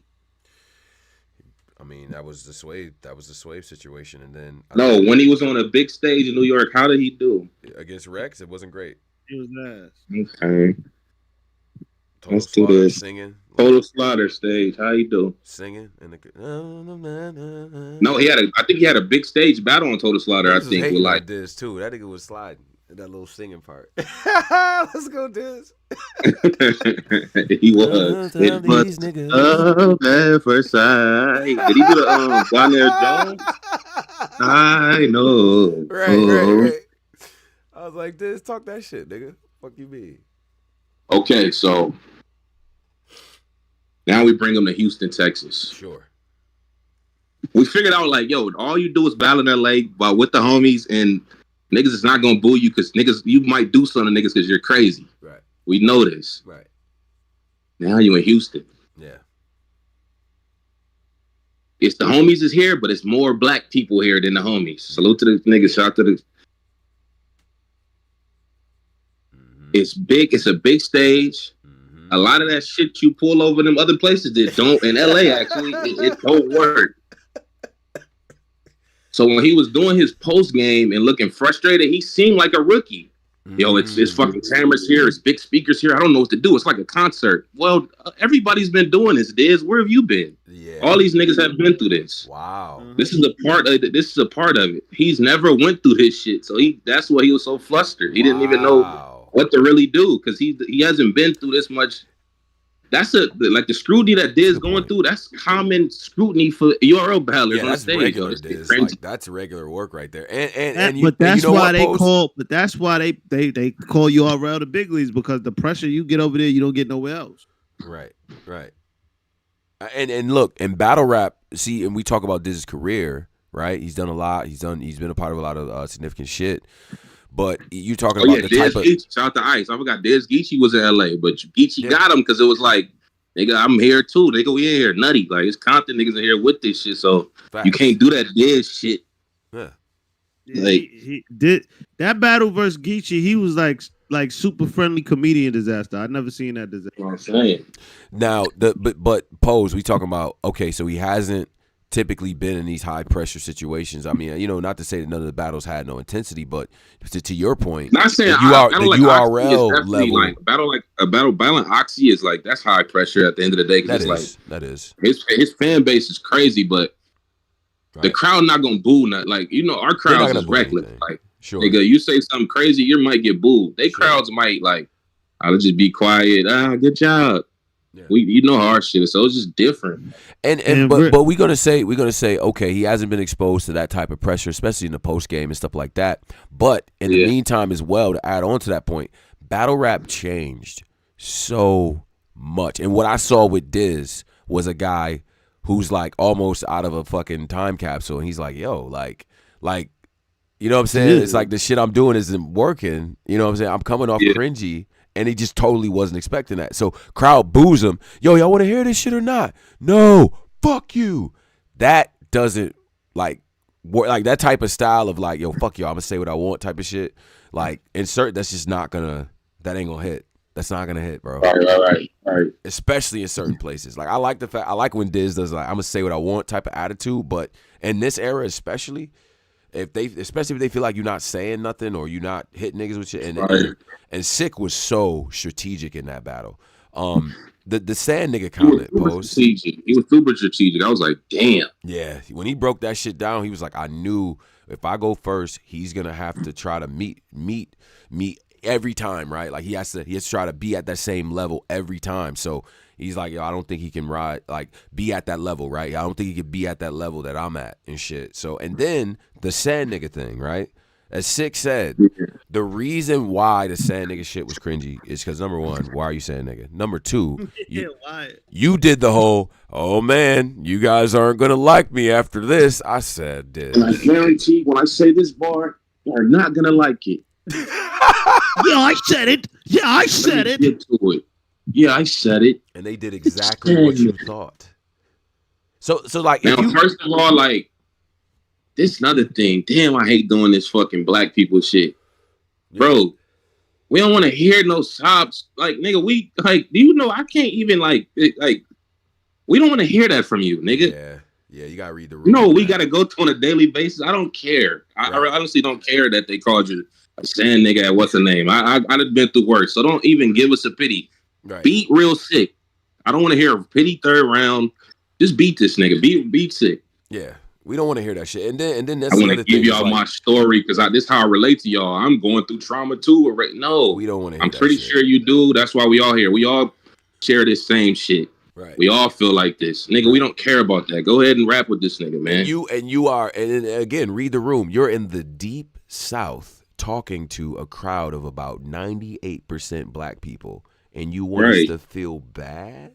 Like, these are people, if they natives of you, like, they great whatever was slaves, like, nigga, it's Texas, like, it's racist as motherfucker, like, in different places, you know what I'm saying? Like, and there's too much shit going on outside for, like, to try to get that through customs, bro. Like, yeah, it's just don't do that. Don't give us a pity party. This just beat real Sick, my nigga. That's all we want you to do. Beat him.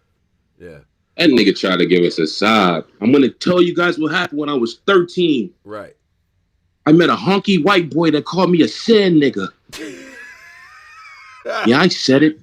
Fuck those Peckerwood. Then he tried to like pander. Right. Fucking Peckerwoods. Fuck you guys. Right. Like, nigga, I don't stop. Like, it doesn't help that he was saying nigga as a person that probably shouldn't be saying it. He sounded like he shouldn't be saying that. You know what I mean? Like, it didn't even, and Real Sick is in the chat. Shout out to Real Sick in the chat as well. But yeah, I just think he's so used to these, like, I hate to characterize it as like fun, but like he's so used to these, like, oh, we in LA smoking bud, you know what I'm saying? Get a few freestyles out. Oh, ooh, couple bars, and just everybody go home. Like, he's used to that shit. This is not URL timing. They like, nigga, like this shit. If you decide to tell a story, nigga, that shit better be impactful. Right. If you decide to, like, I'm gonna leave around and just talk to the crowd about some struggle shit, nigga, that struggle better be some shit that we can extremely relate to, or we like, yo, this nigga, I can't believe he made it from getting shot 28 times. Right. It better be something crazy. Nigga, I got called a sin, nigga, by a white boy. Nigga, what the fuck kind of shit is like, who cares? Nigga, we done been through worse than that.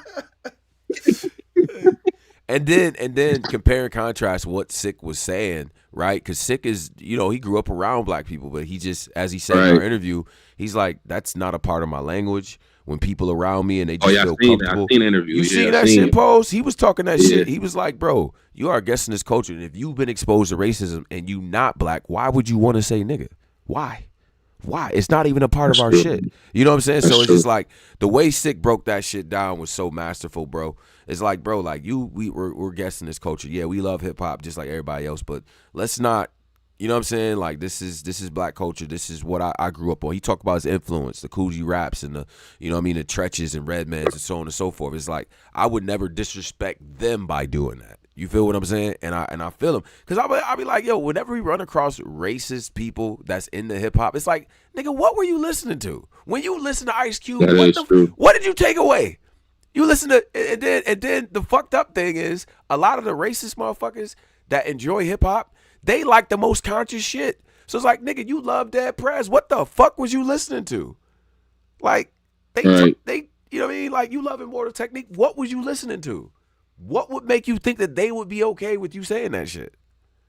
Right. That shit is just like, read the fucking room, bruh. What do y'all think? But Diz is a legend, man. He gotta get out of that LA shit more. I think this was a lesson, like, nigga, I gotta start getting out more. But he acting like he don't want to do this shit no more. He want to just stay in his bubble. Right. That nigga said, I want to do the Real Sick rematch on GTX. Like, he trying to really get a home field joint. Yo, bro, I'm gonna come clean, Diz. Even if you like, if you rematch him on another card and all that other shit, he's gonna beat you again, bro. He's a better rapper than you, bro. Straight up. Like, it's not even. And I remember the comparisons between them two. I'm like, that's just straight up racism. Like, there's no other way. Oh yeah, There's no like fucking. There's no Venn diagram, right, between the different styles. Like, this nigga is rapping rapid fire, multi-syllabic cadences and all types of like boom bap hip hop shit. Diz is out of breath, sweaty, non sequitur stream of consciousness rap, right? Like, it's very two very different styles. Like, come on now. What do y'all think? He's still a legend, but he just the Philly card. Yeah, the Philly card coming up this weekend. That's this weekend? That's this weekend, bro. We don't even get a time to rest. My feet still hurt from the last event. Like, I don't, you know what I'm saying? Like what?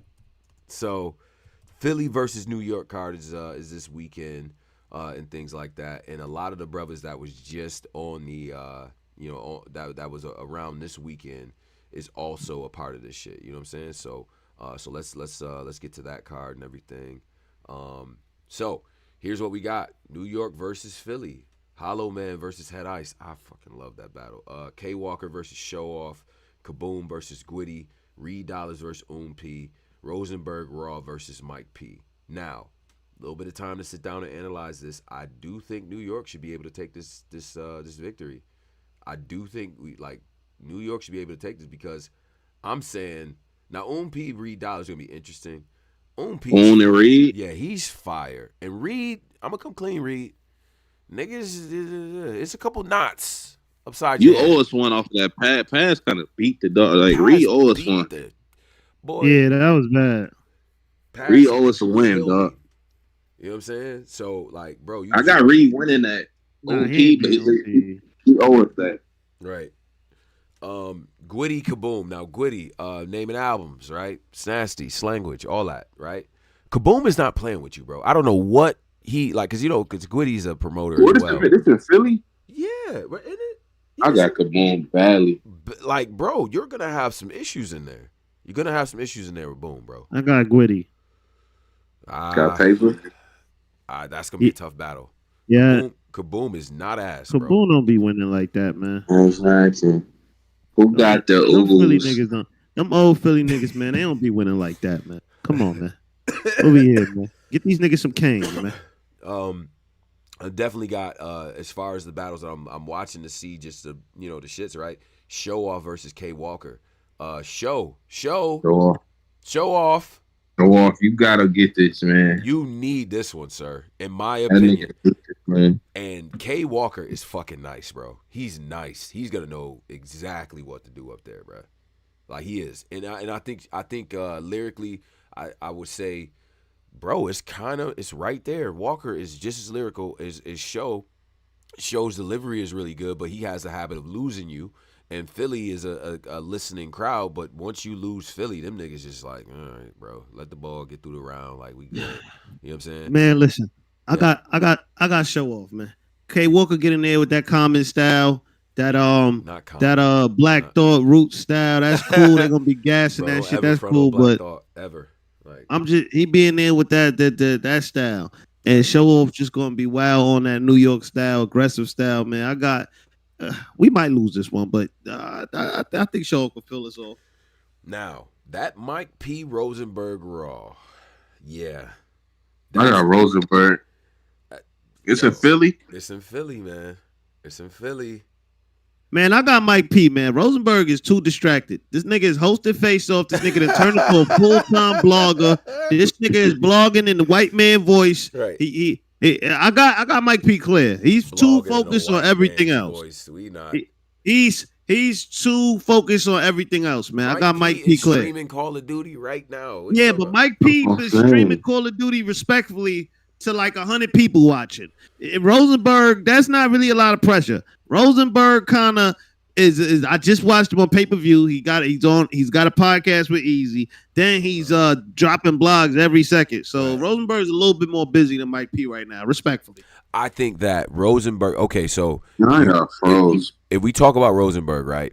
Rosenberg amongst his peers, right? There's a common theme when they start to break down his style, and I think it really bothers him. They call him simplistic, and Mike P is one of those people that's like, yo, Rosenberg, this nigga, he simple.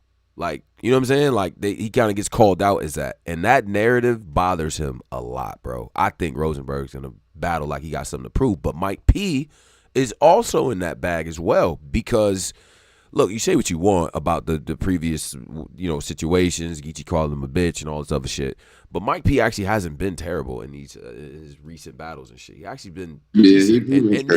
And niggas really did Eurostep that Sharon victory too. All right, we ain't past that. Y'all Eurostep the fuck out of that. When he counted down the clock joint? Yeah. It's cooking Sharon.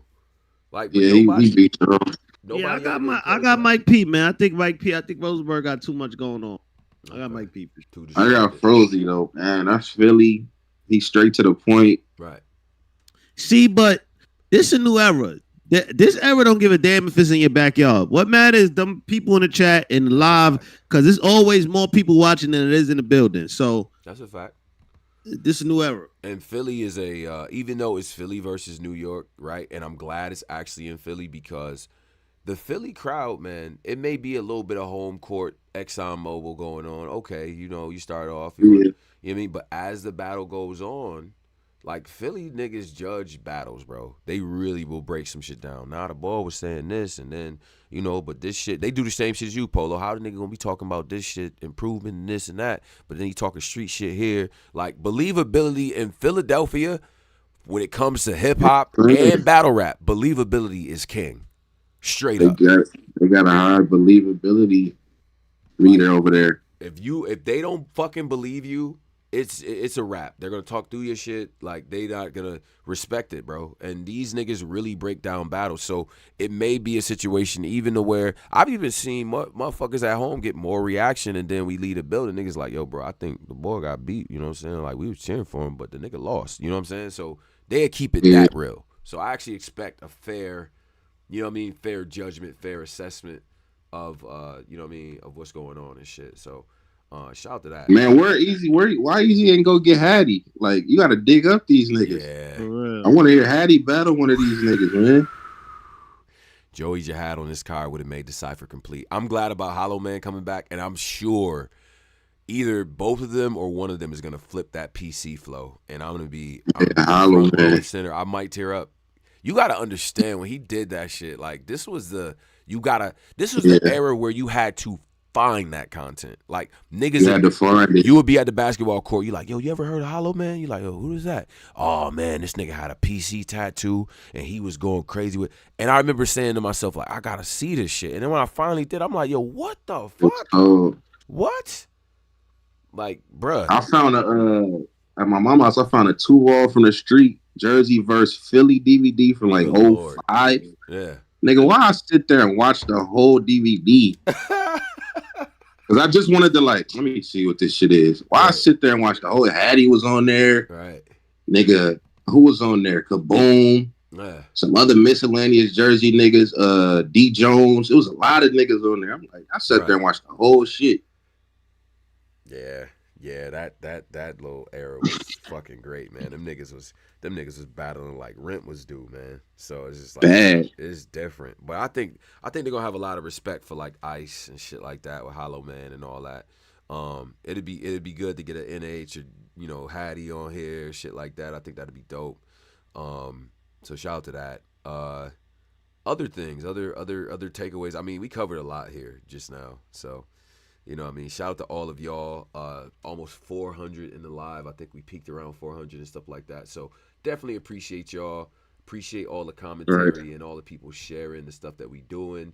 You know what I'm saying? As always, if y'all listen to what we got going on up here and stuff like that, if y'all really in tune with Black Compass, man, make sure you do a couple things for me, man. Leave some comments where the comments be left at.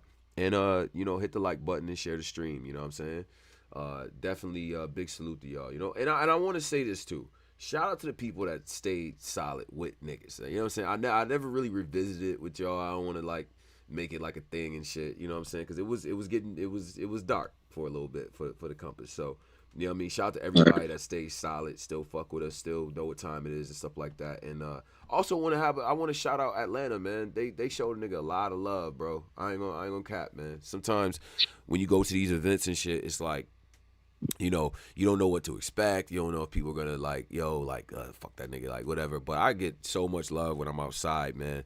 So I definitely appreciate that and stuff. I got some things I need to say, but I don't want to say it here. So if you are in the YouTube, join the Discord and you can get the overtime. If you're a part of the Patreon, you'll get the overtime in the morning as well. But there's subject areas that I need to address, right? Pose. Oh, wow. Okay. Yeah, I do have to address some things. But Pose, any wise words for the people before we make no, man, we'll be back at some point. Yeah. Yeah. We'll be back next week. Yeah. Now, shout out to all of y'all, man. You know what I'm saying? If you anything like me, fall don't really begin low-key until like football season. So I'm excited for Sundays. Oh yeah, Jets, Giants, we back in the building. You know what I'm saying? I got my fantasy league team. Wait, what's this nigga just? Nigga say Jets, Giants, we back in the building. Don't be mad. Your city, tell your city, get your money up, and maybe you'll have two teams like us. First of all, there's your money. There's a lot of states. There's a couple. Get your money up, and maybe like you'll have two teams. Yeah, don't LA got? All right. Yeah, we got like.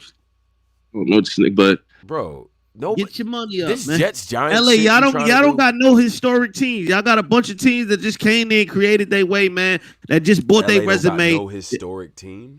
Besides the Raiders. Didn't the Rams just win? Like, I don't know. Man, that little cheating ass COVID. That was a COVID football championship. Football championship. That was a COVID football championship. Nigga. Like I said, man, get your money up. Maybe y'all have 2 teams. We got 2 teams. The Jets is going damn near make it to the Super Bowl. You cannot do this Jets Giants shit, bro. I'm ignoring this Jets. Yeah, ignore this shit. I'm a Daniel Rodgers, bro. I'm a Daniel Rodgers, bro. I seen a motherfucker. I seen a I'm white a Sauce person Barkley with like a mashup jersey of both. I'm like, bro, the Jets and the Giants colorways are so different. They meant to not find a way to make it work together. Like you can't. We're gonna find a way. Kelly Green and fucking we got blue. Super Bowl is ours. All right. Who is ours? Who? Ours. It's ours, man. I'm a New York team, Green's man. Eagles. My bad. I'm a Giants Jets, man. Bro, you don't get to do that. I'm a Giants Jets. Oh my god, bro. All right. Aaron Rodgers, the best quarterback in the league. Saquon Barkley, the best running back. That's not remotely true. Did Mahomes die? Hey, man, forget about Mahomes, man. I ain't gonna lie. Mahomes is dead. Mahomes, I ain't gonna lie. But Aaron Rodgers is arch nemesis. Hey, everybody that's his arch nemesis. Everybody listen to us right now. This is just a prelude to some of the egregious fucking takes that are about to occur on this show as it is football season. Cause Giants, Jets, man, Cowboys and Bills. We'll see y'all soon. They don't. Okay. All right. Black Compass Media. We up out of here, y'all. Join the Patreon and stuff like that. Join the Discord with OT. We out of here. Polo's lying, and so big shout out to all of y'all. Follow us, Black Compass BCM, on Twitter, and y'all stay vigilant and be with your family.